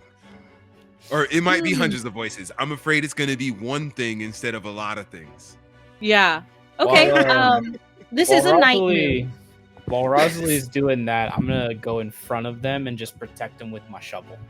Okay. Yeah. Also, just before we came down here, as we were leaving the office, particularly once I saw like how far this goes and creepy sconces, I just kind of quickly bop back to the phone and pick up the phone and call a phone number and just let it ring a certain number of times and hang up and then leave, as I am sending a secret message to Gwendolyn. Ooh, wonderful.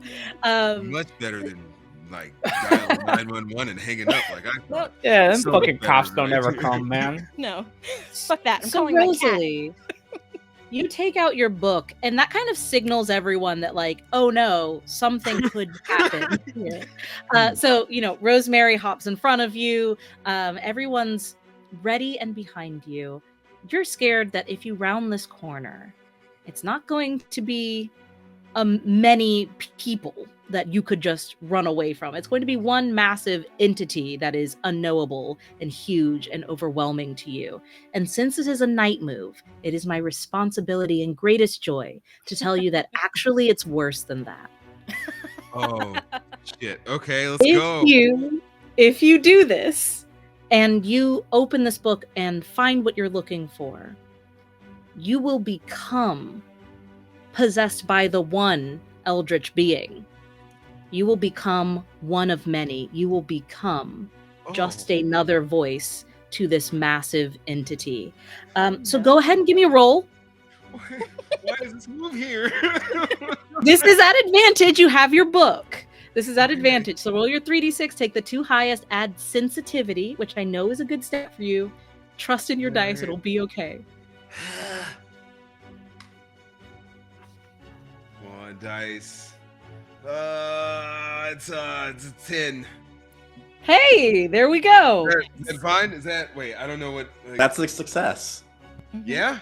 Okay. That's a All right. success. Cool. Yeah. Okay. Absolutely. So all you're doing is looking in this book, but it's that familiar hum. And this time, when you feel the hand creep out from under the spine of the book, it cradles yours instead of grips and pulls you.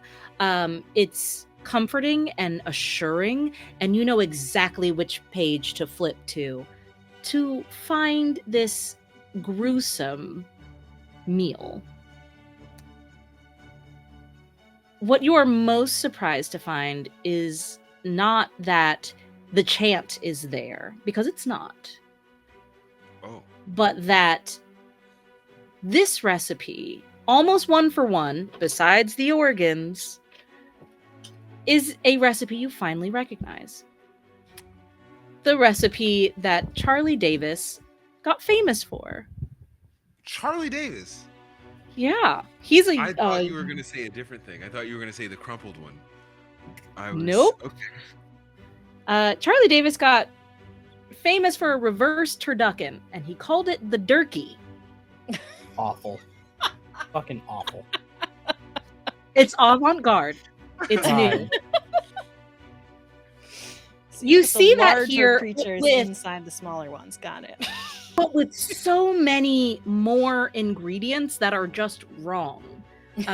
Things like insects, things like certain mold from certain graves, human organs, as we discovered before.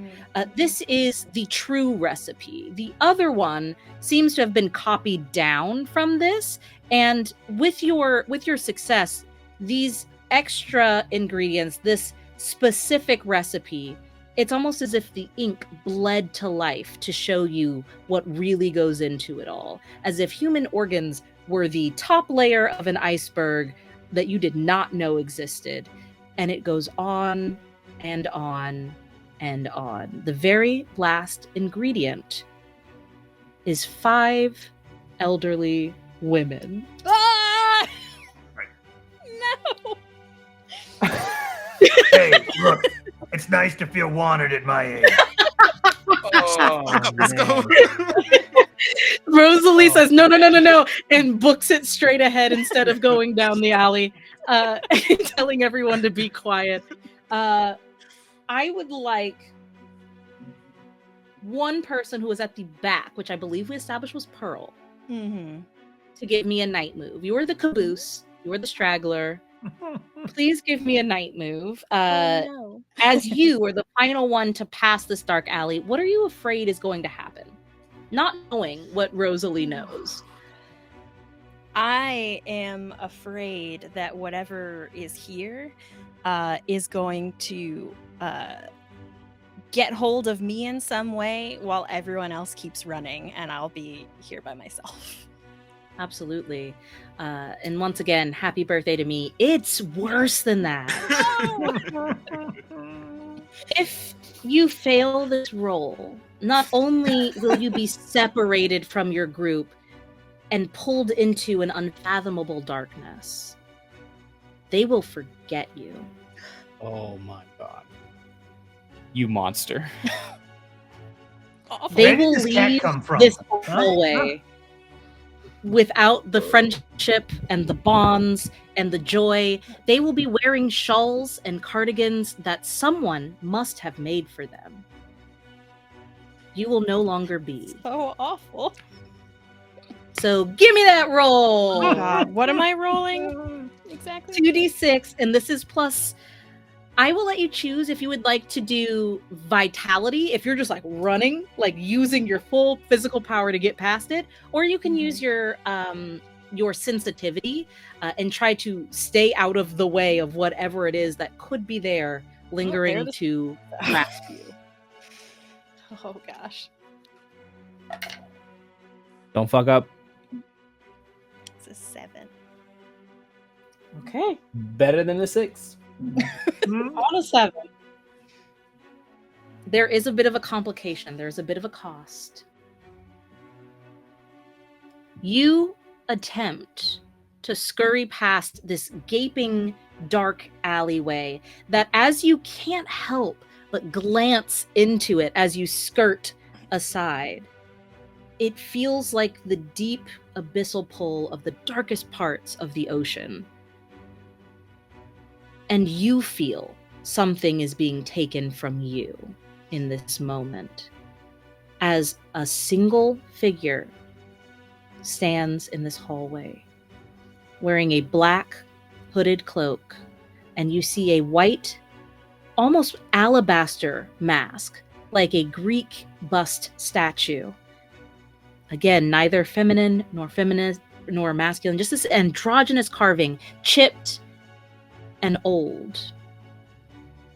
As the plaster breaks and the jaw opens, and you hear this and we'll talk about what you lost later. That's neither here nor there. You managed to stay with your friends as Just a hearty slurp. up the stairs.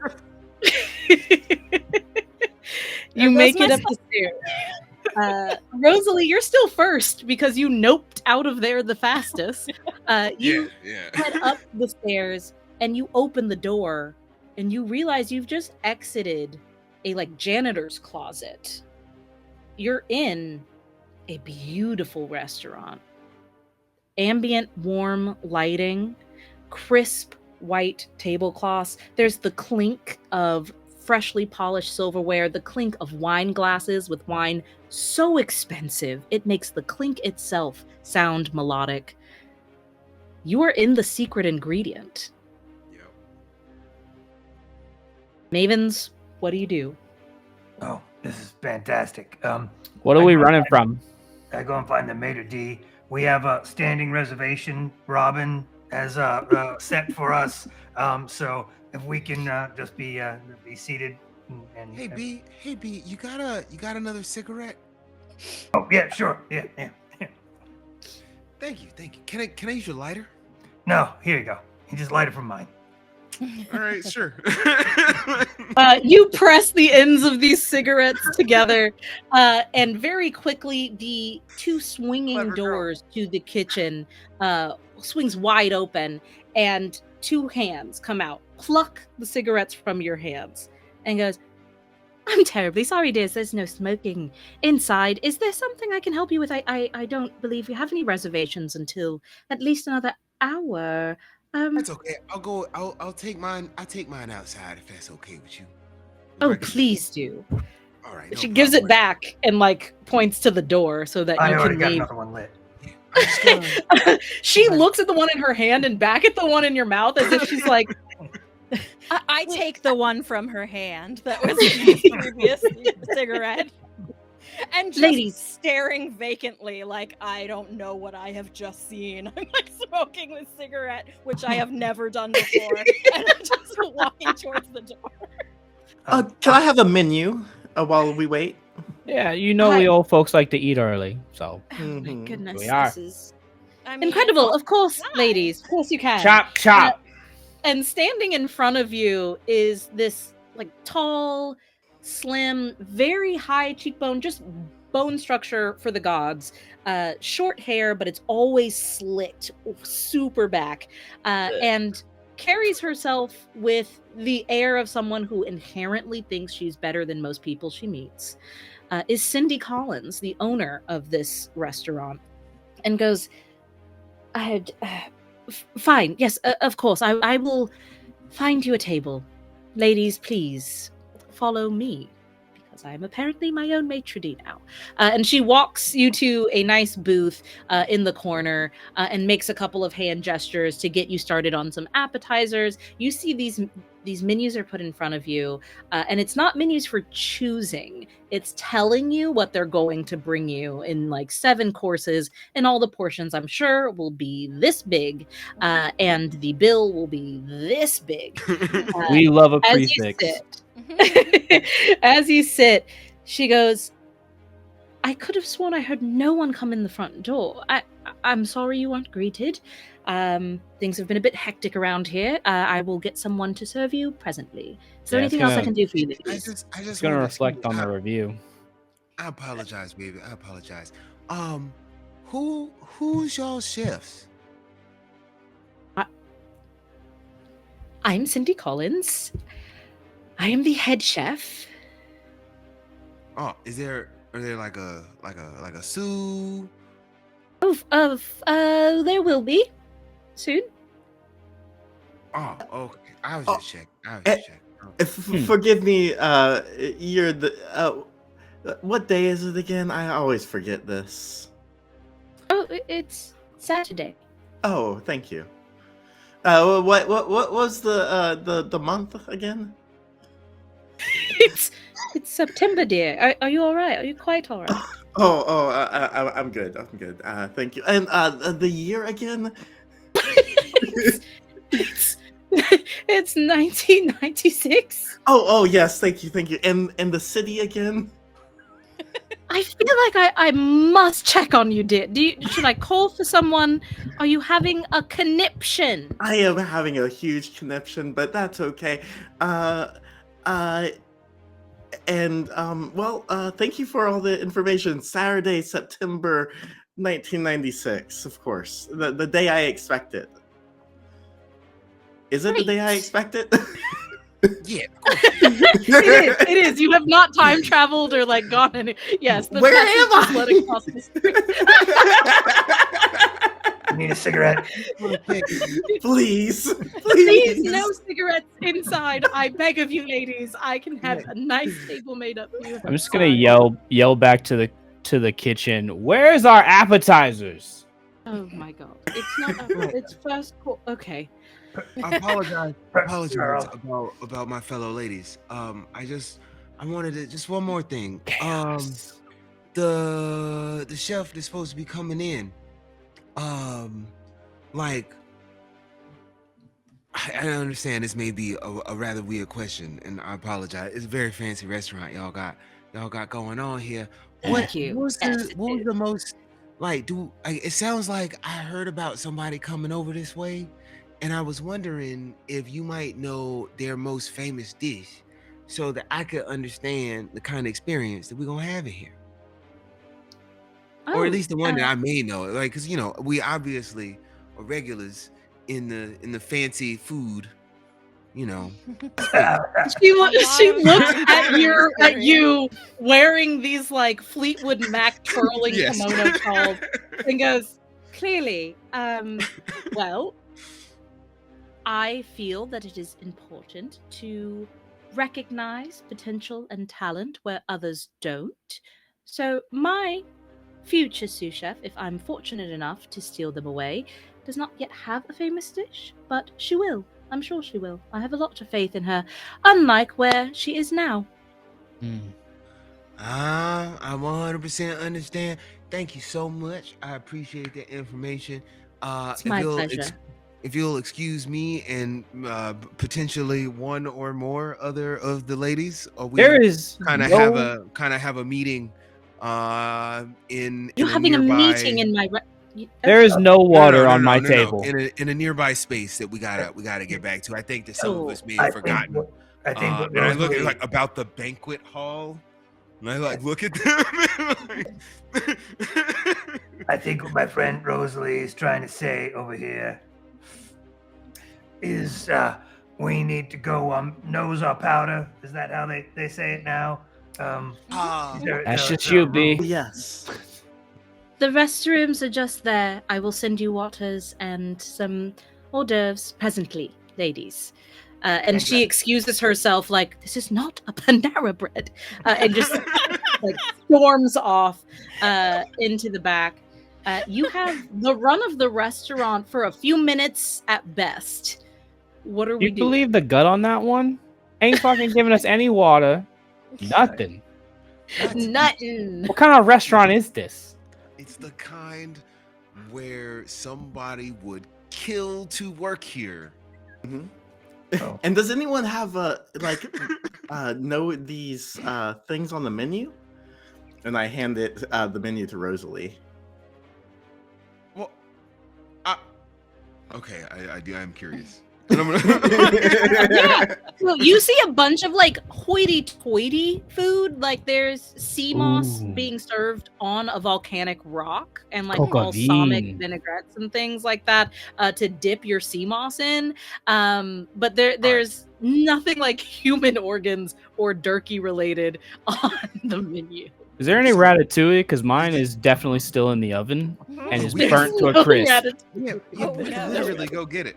But it is so this is the food that was gonna taste real good, real good, like gonna change your life good, but you will be hungry when you leave. I don't care. Hungry now.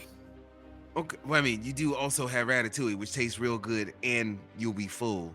So, Been cooking We for could- like an hour. Shit's burnt.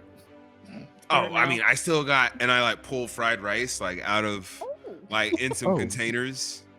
And she's like, if you want some fried rice, We're just gonna straight up eat this. For sure. We're eating this. Did we You're have gonna a come back and be For like, what sure. the fuck? Prison B, you mentioned perhaps going to powder your nose. Are you going to look around a little bit? And if so, is anyone going with Prison B? Yeah, you were picking up what I was putting down there. Yeah, I got it. Yeah. We gotta go. I mean, I figure we toss this place too. Maybe we'll find another restraining order or a There's sample certainly of an office. handwriting. Who knows what you'll find underneath the bed mattress? I mean, in the filing cabinets. Mhm. Do your thing. I'll stay here, keep her busy. All right. I think I might make my way back toward the banquet hall and make sure that Don't I look guess left. my suspect doesn't leave. I look right. Good. Okay, Doris, Maybe what don't about use you? the What are you secret getting up to? passage. It's just right across You the know street. what? I'm out of my realm here. I am going to also go to the office and try to make any mischief I can. with Yeah, Prison Okay. come B. on, Doc. Mischief. Pearl, what about you? I have decided that I feel the most safe with Rosalie, and so I am gonna follow Rosalie wherever she goes. Absolutely. You're gonna go Rosalie with seems the Rosalie. most attuned to when something is terrifying and running quickly away from it. So I'm sticking by Rosalie's side from Absolutely, this point absolutely. forward. Let's start with Prison B and Doris, who are going to be sneaking into a rival restaurant's back office to get into some meddling. I need meddling moves from both of you. As you enter this back office, it is much bigger than Chef Sue's was. There is like a chaise. There are rooms for just sitting. There's a wine tasting bar cart up here. It's beautifully stocked. There are no filing cabinets like the metal ones in Chef Sue, but there are big, large dressers of files that are beautiful mahogany. You can start meddling around. Just let me know what you're investigating or how your thought process is while you're looking. I'll start with Prison B. Oh my. Well, yeah. Crack the knuckles, loosen up. This is going to be a big job here. Obviously, papers and paperwork first, but also behind, if there's paintings behind there, secret entrance, anybody been tunneling out of here? Is there any indication that they know there's a secret passage between the two restaurants? That sort of stuff. You know? Absolutely. Well, give me a meddling roll. This will be plus reason. That's another 11 plus reason. Oh, I'm reasonable, so that's a 12. Ooh, fancy. So you're looking for something specifically related to the passage from hell that you just escaped from. Sorta, You yeah. It's Is kinda that what cool. that was? indeed. Basically. Does everyone feel Weird. this way?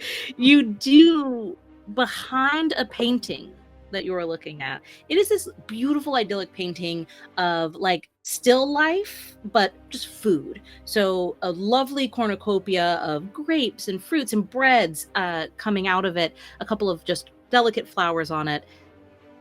As you peer behind, you see that something's been crudely taped to the back. You can pull it off and see that there is a set of blueprints for the secret ingredient and for Need to Know Culinary Academy. With these blueprints, you can also see that there has been something filed to purchase Need to Know. The secret ingredient is trying to, it looks like, expand. And if they have the blueprints, though you can't see a tunnel on it, you can figure that it's very possible they did know. Now, on a 12, as you take those files out and put the painting back, suddenly all of that food is rotting. The more you look at it, the more you see mold and fuzz and black spots where the paint should be. Suddenly, maggots as they start to fall out of the painting onto your shoes. Doc, I think my blood pressure, maybe something is wrong. Do you see maggots? Blood pressure. Doris, you do not see any maggots. Of course, I have something for blood pressure right over here. This will fix you right up. Yeah. Yeah, you do Feel like find I'm that gonna get capital C leached. clue blueprints and filing to buy the Need to Know. Doris, you're also meddling, but what are you looking for in particular? I'm looking for in all of these files. I'm looking for employees, past employees, and if purchase history from any interesting places, and Sure. any recipes if they have them here. Yeah, go ahead and give me a medal roll. This will be reason as well. I rolled a 5. I have a +2, so that's 7. Okay, so there's a bit of a complication with this clue that you find. You do, in a file, find a lot of literature on Need to Know. You can tell that Cindy Collins is very serious about purchasing this culinary academy. You do find in that file a lot of rejection letters from Chef Sue and Chef Sue's lawyers refusing to sell. But I think the capital C clue here is that there is a newspaper article detailing a death at Chef Sue's first restaurant. And it was a death from an allergic reaction. And who was this mysterious person who died? Was it employee or a chef? No, this was a customer. Oh, okay. There are many reasons she could want this information to stick around, but you do find this newspaper article clipping in a file of a lot of information on Need to Know and Chef Sue in general, that maybe someone was building a case against her. Heard. I will, when time comes, I will share that with the group. Yeah, maggots. I still see the maggots in the rotting food. There's no maggots here, by the way. I'm stomping on the maggots. Cigarette, do the painting, light that shit on fire. Absolutely. Now, the complication I'm going to give you, Doris, is that this newspaper is old. It is at least 10 years old. So it is in delicate condition. Going to be very hard to identify any specific names. There is a name of the victim, but you cannot identify it because of the state of this newspaper. You have both found some clues. You are welcome to skedaddle out of here if you'd like. Yeah. Either through Feeding the on passageway. fire, maggots crushed underfoot. We're getting the fuck out of here. And at the banquet hall, we see Rosalie and Pearl for now. Rosemary, did you stay to have your 7 courses? No, I'm distracting. If I see all 4 of my ladies dip, I'm gone. Okay. You cause a little kerfuffle at the table while you can. Once you see that Prison Bee and Doris are like home free and Pearl and Rosalie have made it back across, you skedaddle with them. But while you are doing such a skedaddle, Pearl and Rosalie, you're back at the banquet hall. Everyone is gathered, very nervous now, as you can hear sirens in the distance as the town sheriff begins to approach. Probably expecting you to have some answers. You have a little bit of time, as you know he's coming from the coast. But what are you trying to get done here? Who are you trying to talk to? Or what else are you trying to look for? As we come back into the building, I scoop up Gwendolyn from the front steps where she's waiting for me and just pet her. Absolutely. As you are petting Gwendolyn, she looks up at you. Don't do this and to gives me. you a very sweet meow. And you just feel really grateful that you found such a sweet cat. Mm-hmm. It's so sweet. It's like it knows you already. It God. wants to be around you. Wow. That's awesome. I love that for you. Yeah, it's great. It seems like cat. Yeah, it's just cute. You've always kind of liked cats. I pick her up. I'm like, oh, she's very, very well behaved. Hey, now that's a cute cat. Mm-hmm. I try and like scritch. Gwendolyn is a perfect angel in Pearl's arms for now. Rosalie, did you have anyone else you wanted to talk to or anything else you wanted to do? Dagger eyes. Sophie? Yes, Sophie. Absolutely. Sophie is up and pacing now, and as you approach, she goes, "Oh, thank God. Okay. Tell me the good news." Yeah, we probably should talk, I reckon. So I heard from my cohort here that there may be some things that you was worried about, spoiling for us. But I reckon we potentially may be on the same page there. So can you tell us a bit Great. more? So you also think Like, and I'm gonna like when she says like, when you also think, I'm gonna look at him first. Yeah. Then she goes, "Oh, okay, yes." Like, so yeah, tell me more. Well, like, what else do you need to know? I'm sure you know that. Well, like, I've I know what been I Chef think. Sue's assistant for forever, and some turkey duck upstart from upstate comes down here and steals the sous chef promotion. I mean, like, I knew he was bad news the day he arrived, so I'm not surprised that this has happened. Oh, is that so, isn't it? All right, then. I guess like that's gotta mess your whole deal up. You got any other prospects for jobs around here? Yeah, I kind of was waiting to talk to Chef Sue about it until it was more official, because I haven't gotten an offer. But you know the secret ingredient across the street? I reckon I might be a little familiar with that. Well, Cindy Collins runs the secret ingredient, and she is the real deal, like a real live traveling full-time chef. And she says I have potential. She says she thinks I have what it takes. And Chef Sue never said anything like that to me. So yeah, I mean, we'll see. I don't want to count my chickens before they hatch, but I'm feeling pretty good about it. Ah, I see. I mean, hey, that's got to be real exciting, isn't it? Like, it's a real fancy place. I've seen it in passing a little bit, been there once or twice. It seemed real nice. And I look at Pearl, Look back. Yeah, well, it'll be a lot nicer when we're rid of people that don't belong here, you know?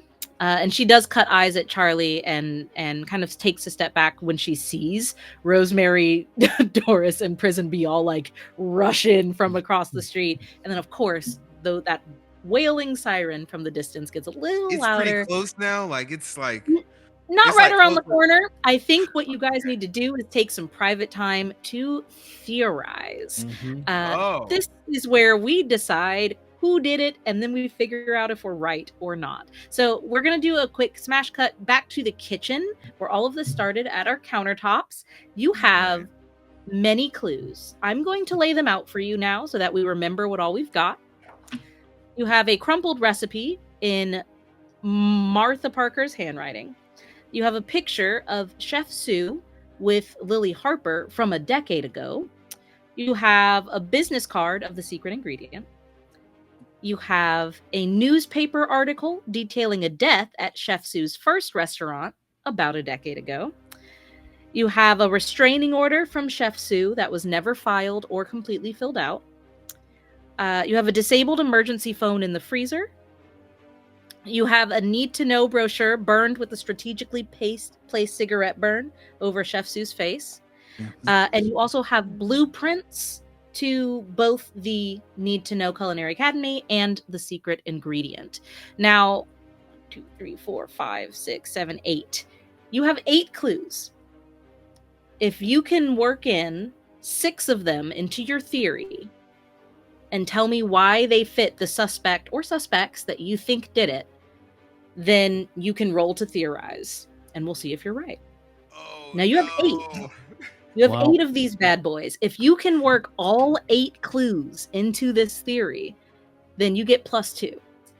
Can I ask one more question, like on the way out of the room, so we can go and theorize? Like, Absolutely. Or I guess, like, specifically before Prison B shows up. Sure. All right. It takes me a while to run across the street. I don't run so good no more. You got time. Right. As we begin to make our way like towards the kitchen to meet up with Prison B and everybody and theorize, I'm gonna turn around and be like, one more thing. Does anybody have a cigarette? Somebody smoke? Only one person reaches into their bag. It's Lily Harper. Thank you so much. I appreciate you. Thank you. I appreciate that. Yeah. Okay. And we're gonna keep it pushing. Yeah, and you make it back there. So you have these clues.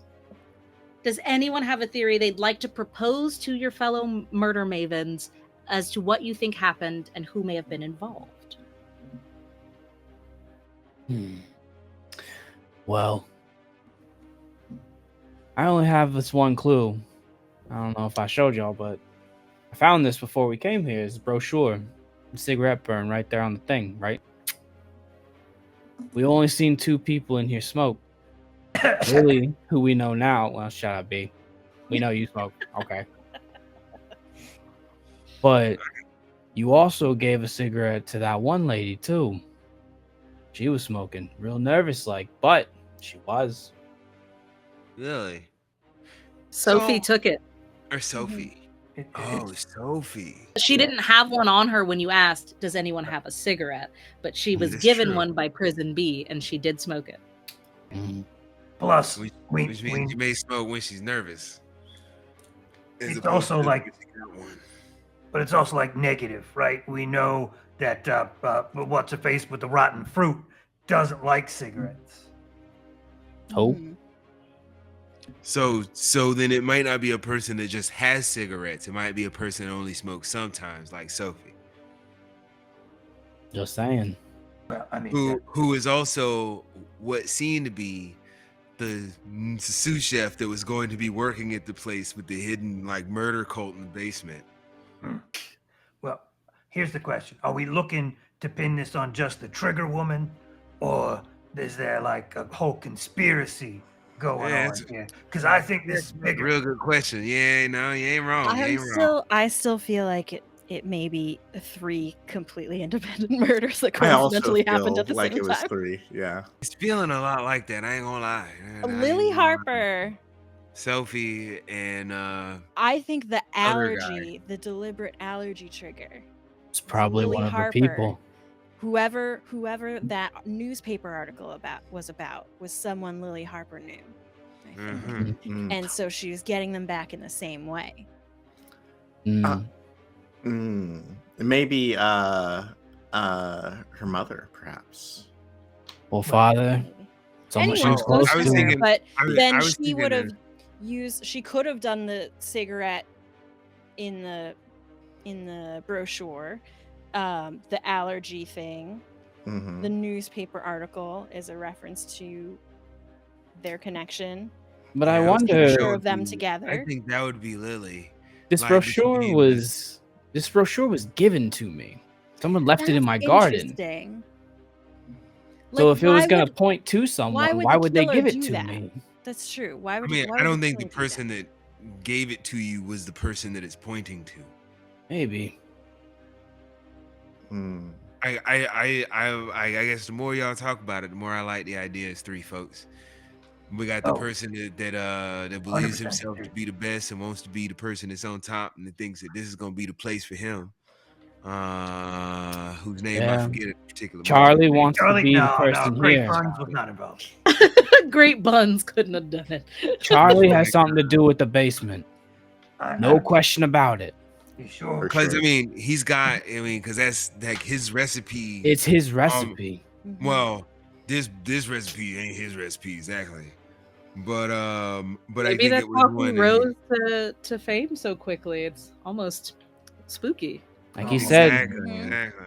famous if you know. Well, now we know. Well, okay, so here's what Yeah. here's what we got for sure. We got these blueprints, and we got the business card, and Wait, the what? Blueprints? What blueprints? blueprints. Oh yes, check these out. Oh shit!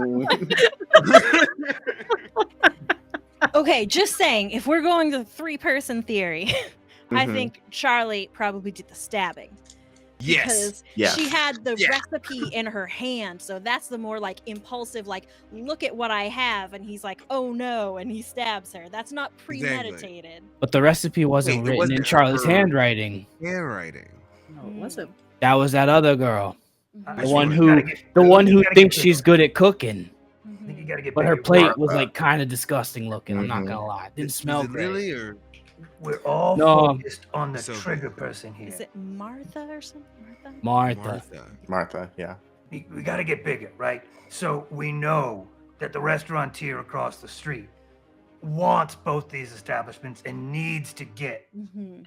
Sue out of the way, Sure. Mhm. Mm-hmm. right? It's So easy to that's- lie to Who's blocking someone it? and say, "Hey, I'll give you a job if you do this thing." right?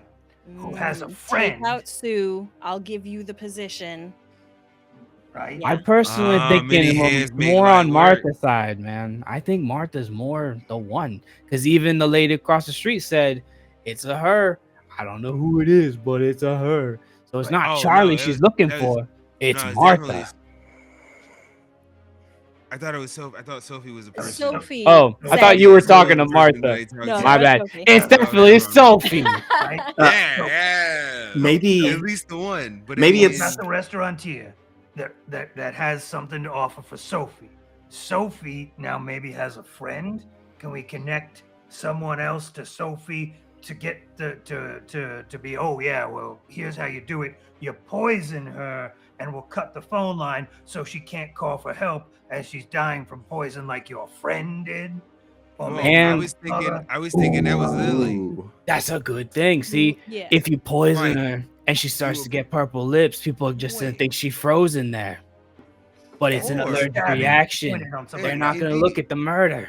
But I also think the restaurateur might be the main person. The head of the other place is trying to get this Sure. place Exactly. and taking multiple avenues in order to make They're that like occur.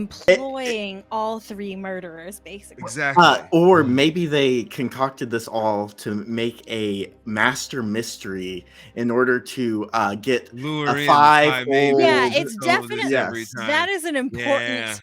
element here. Mhm.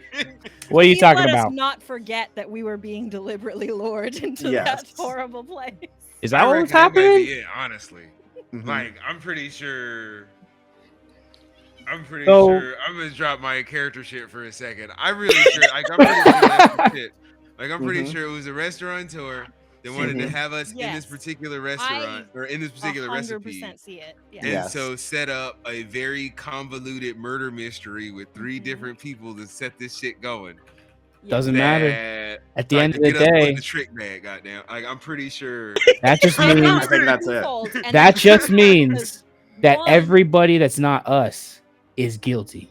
but No, just a couple people. putting this whole I plan mean, in motion for her. It's Charlie's recipe.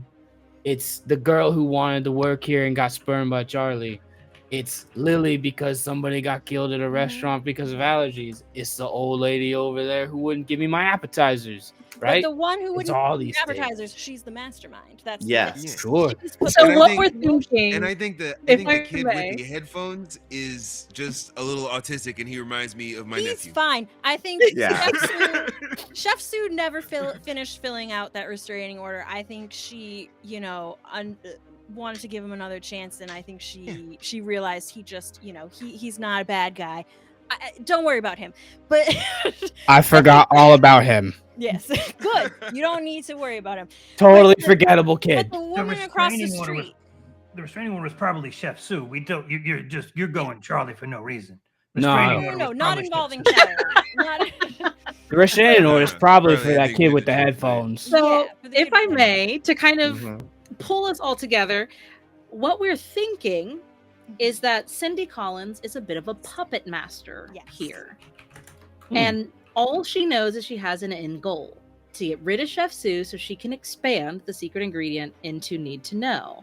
So she spent time gathering dirt, gathering blueprints, gathering people who had reason to want Chef Sue gone, and was like, whichever one happens, it doesn't really matter.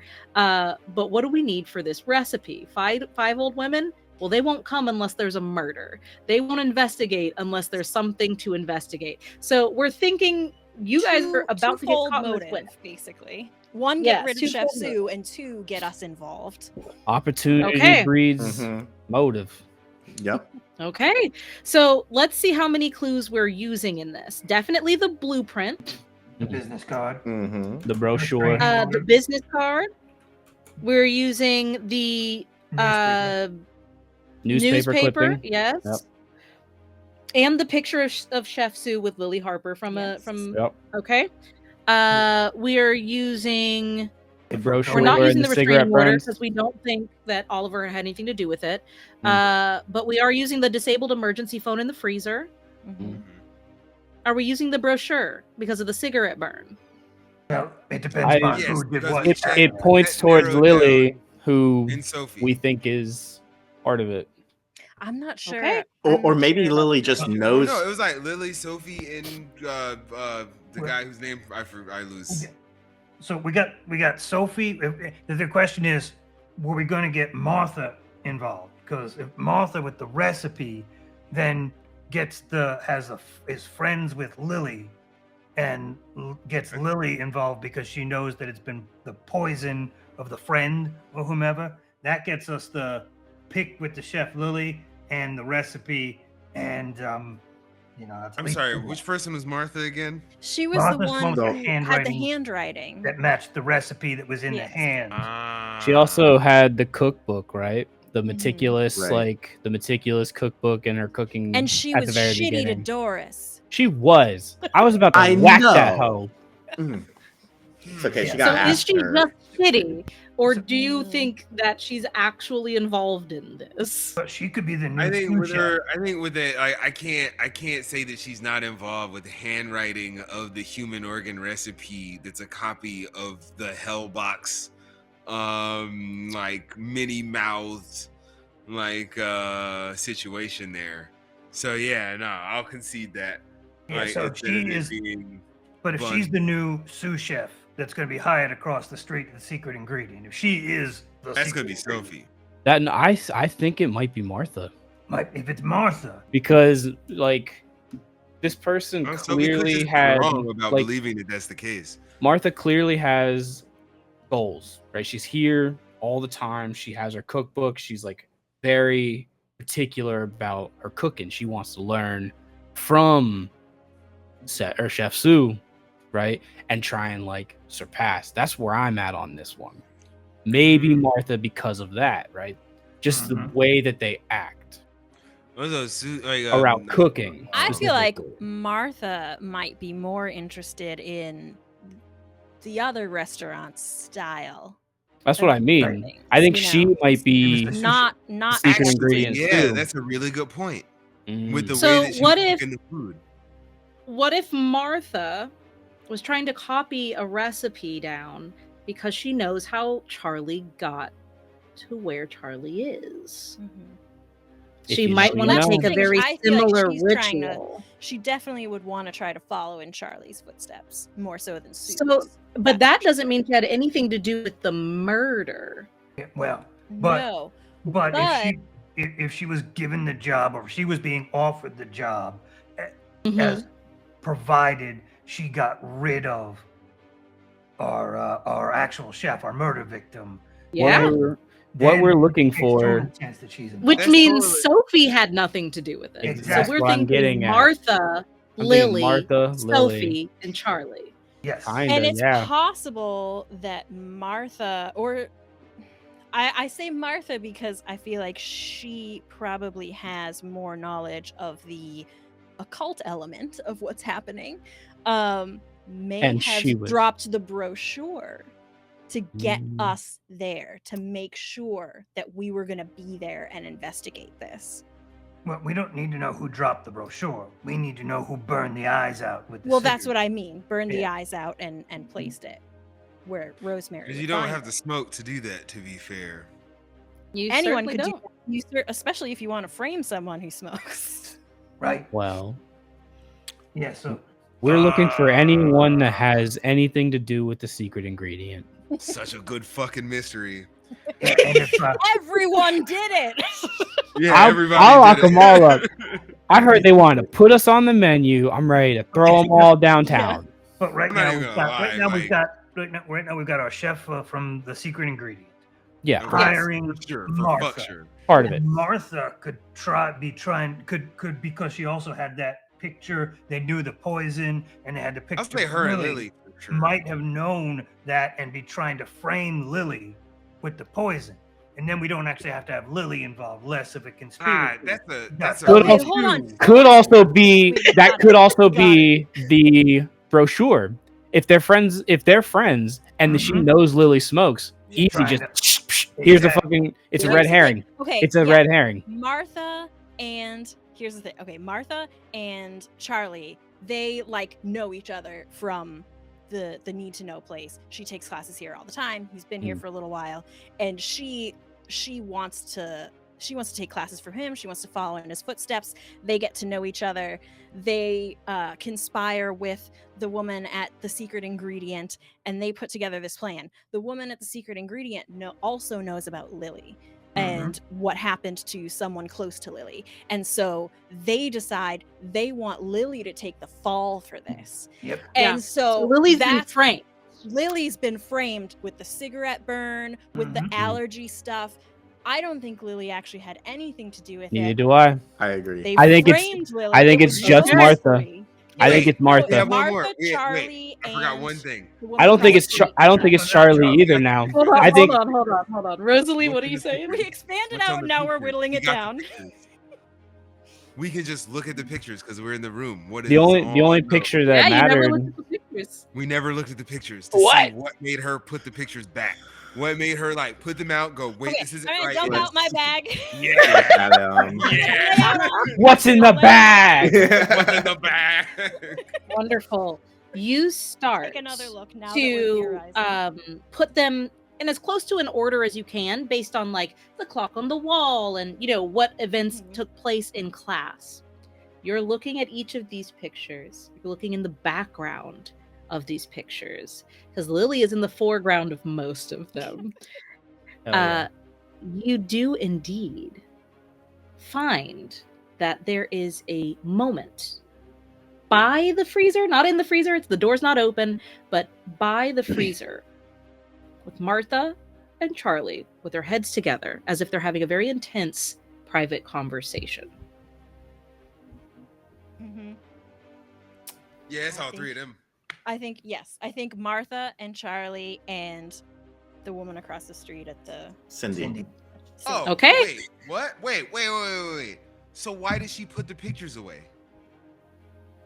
She was because insecure. A bad roll. Someone else was Oh. standing there looking at them. Oh, okay. What I want to see. I guess that's fair. I'm- fair. Yeah. I still want to put Yeah, forward the security. notion Yeah, man, that that's a really good point. it might not be Charlie. It could still be Martha. She seems like a copycat. What if she found his recipe and is trying to use that as an in to get with the person across the street?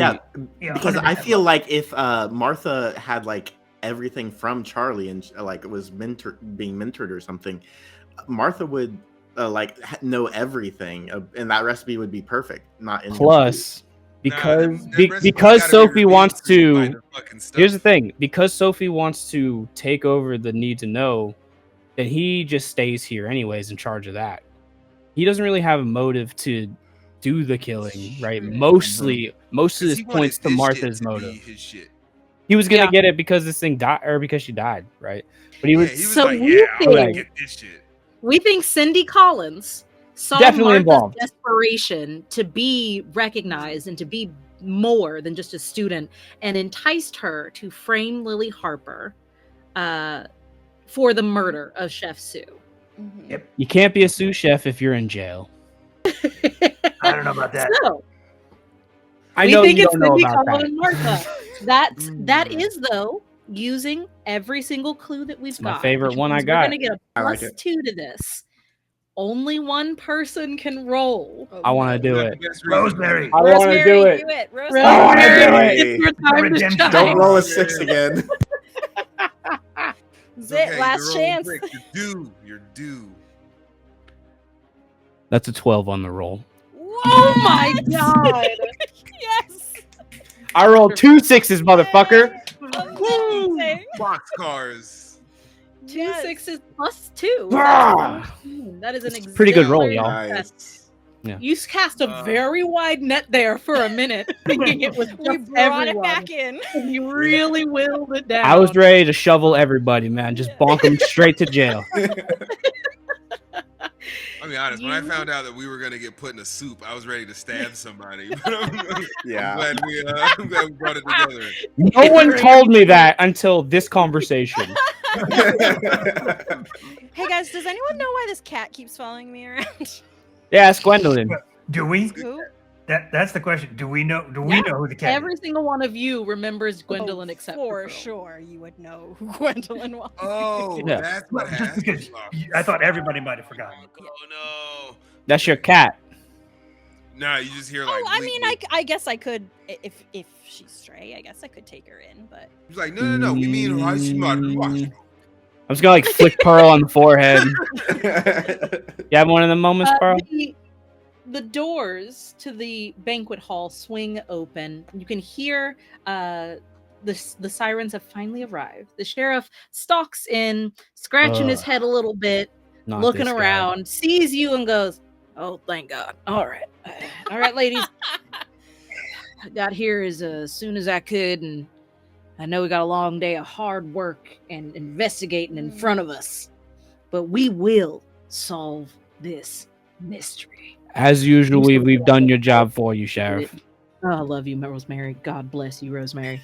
All right. Lay Cigarette? it on me. Who did it? Cigarette for the sheriff. He goes, "Still don't smoke, B." I'm just gonna point at all the Mavens and be like, we think it's right. Do it. Yeah, as far as I reckon. I'm just gonna walk over to Martha and hit her on the head with a shovel.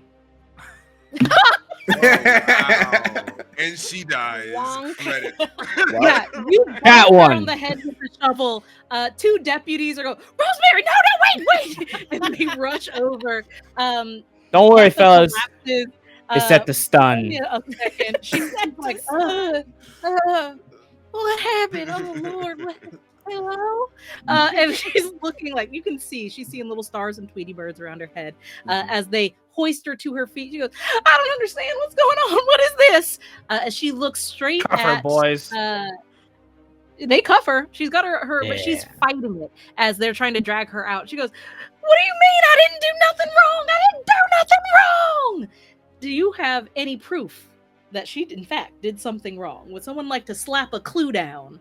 Who's To- got that recipe with human I organs? think Rosalie has the recipe. I guess I'll do that now then. We're like, all right, so we got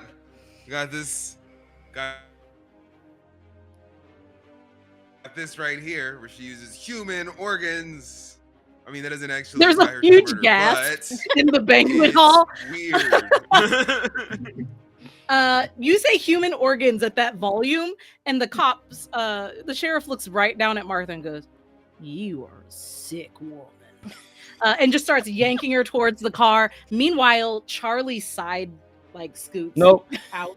It's a shovel for him too. Yeah, no, him too. Bonk. The sheriff looks at you and goes, "Well, we got Martha. We did good. I'm glad we figured it all out." No. There's more.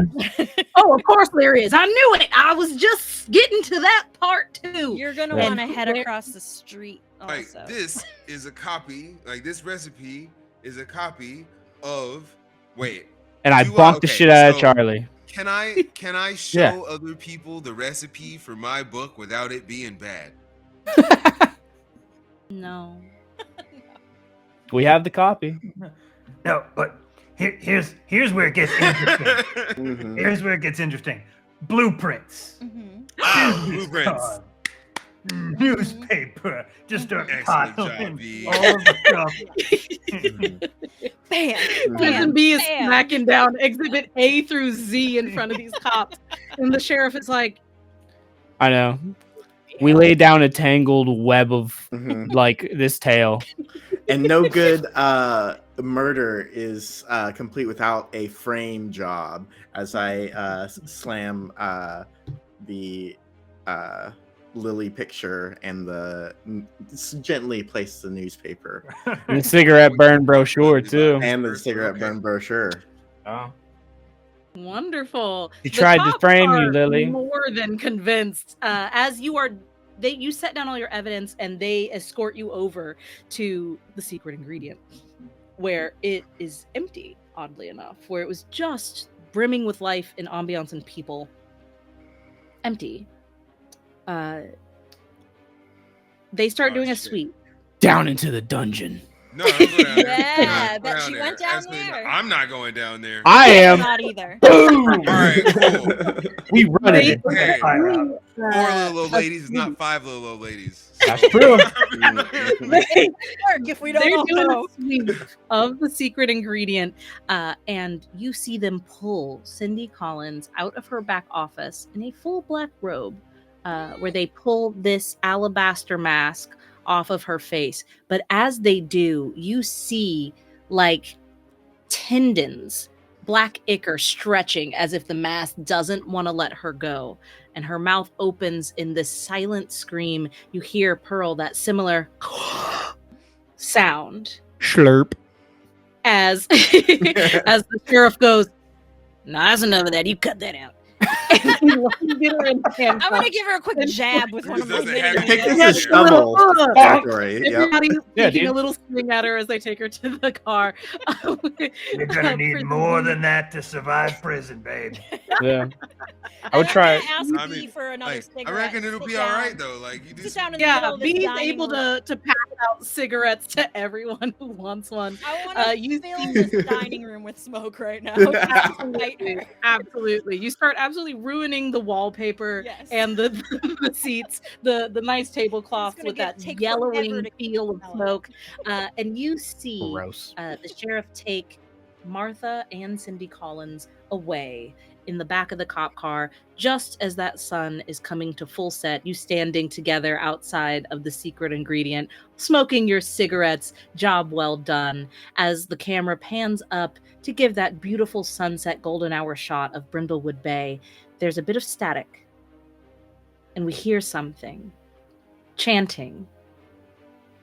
Down the camera goes into that secret passage, taking that turn into the alley where you can see all the walls are still stone. There's a glimmer of light, like a pinprick through an eye hole where some of the silted dirt has fallen out. The camera turns, peers, zooms in, and you still see ritual figures standing in a large congregation, swaying and chanting in time, as one of them steps forward, black hooded cloak, very familiar now, alabaster mask, Fucking as they dip their hands deep into a rusted bucket, pulling out entrails, chanting as they shove them into a turkey.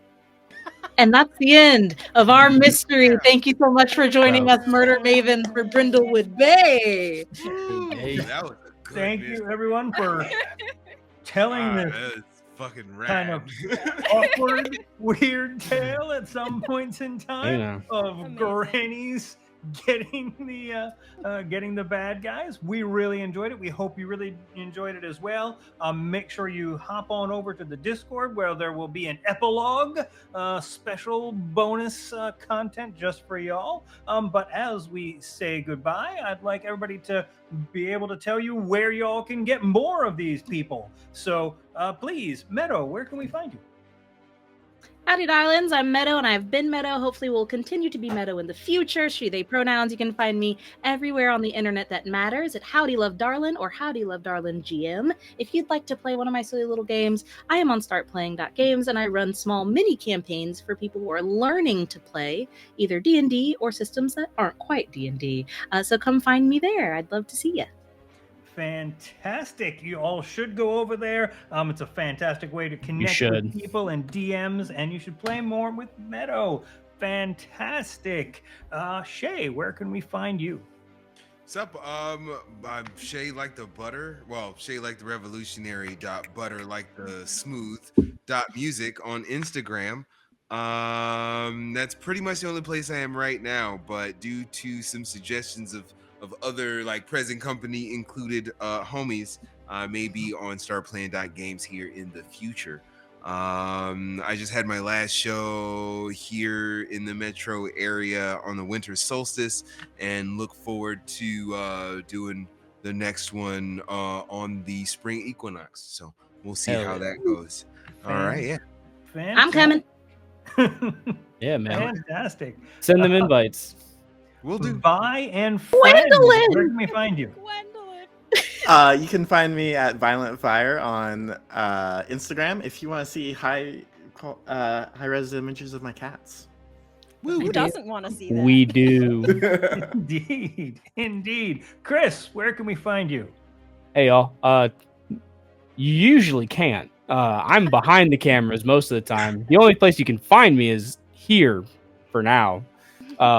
But if you're interested in what I do with cameras, check me out at Mandragora Media with an underscore between those two words. Mandragora like my last name, media like the word.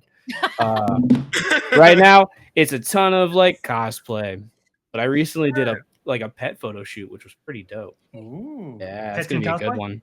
No, man, pets in darkness with candles and tea. It was awesome. Yeah, Aw. Also, I know. fantastic. hell yeah. Violet. You can generally just find me right here. Hit points not required. Either playing in our one shots or hanging out in the chat. Every other when we're not playing one shots during our happy hours, we hang out and chat about all sorts of fun things. And certainly in our Discord. Is probably the best way to find me if you want to chat. Join the Discord. Yes. Yes, fantastic. I am Chuckles. That's Chuck with an L-A-Z. You can find me here. You can also find me here. You can find me here all of the time and all of our stuff. I'm here all the time. Additionally, if you follow me on social media, you will see that I'll be at events. I'll be at Castle Fair at the Castle, the North Georgia here. It's a weekend-long Ren Fair with evidently Meadow. I will be showcasing some new cosplays and a few things over there. I will be in Tokyo later this year for Star Wars Celebration. I will be in London not too long to go and see the original cast of Hades Town perform and maybe do a pro shot. So here, there, everywhere, wherever you need to be, try and Everyone find is jealous. Tell me that you love Hit Points Not Required. I will have something special, exclusive just for the people that find me. So thank you for joining us, and a big shout out to Carly in the chat moderating for us this evening. A big shout out to Rook with no technical problems on our stream tonight. Huzzah! And remember, as you have a fantastic evening, morning, whatever it is for you, tell the people that you care about that you love them. And remember, hit points are not required to help out a good cause. Good night, everybody.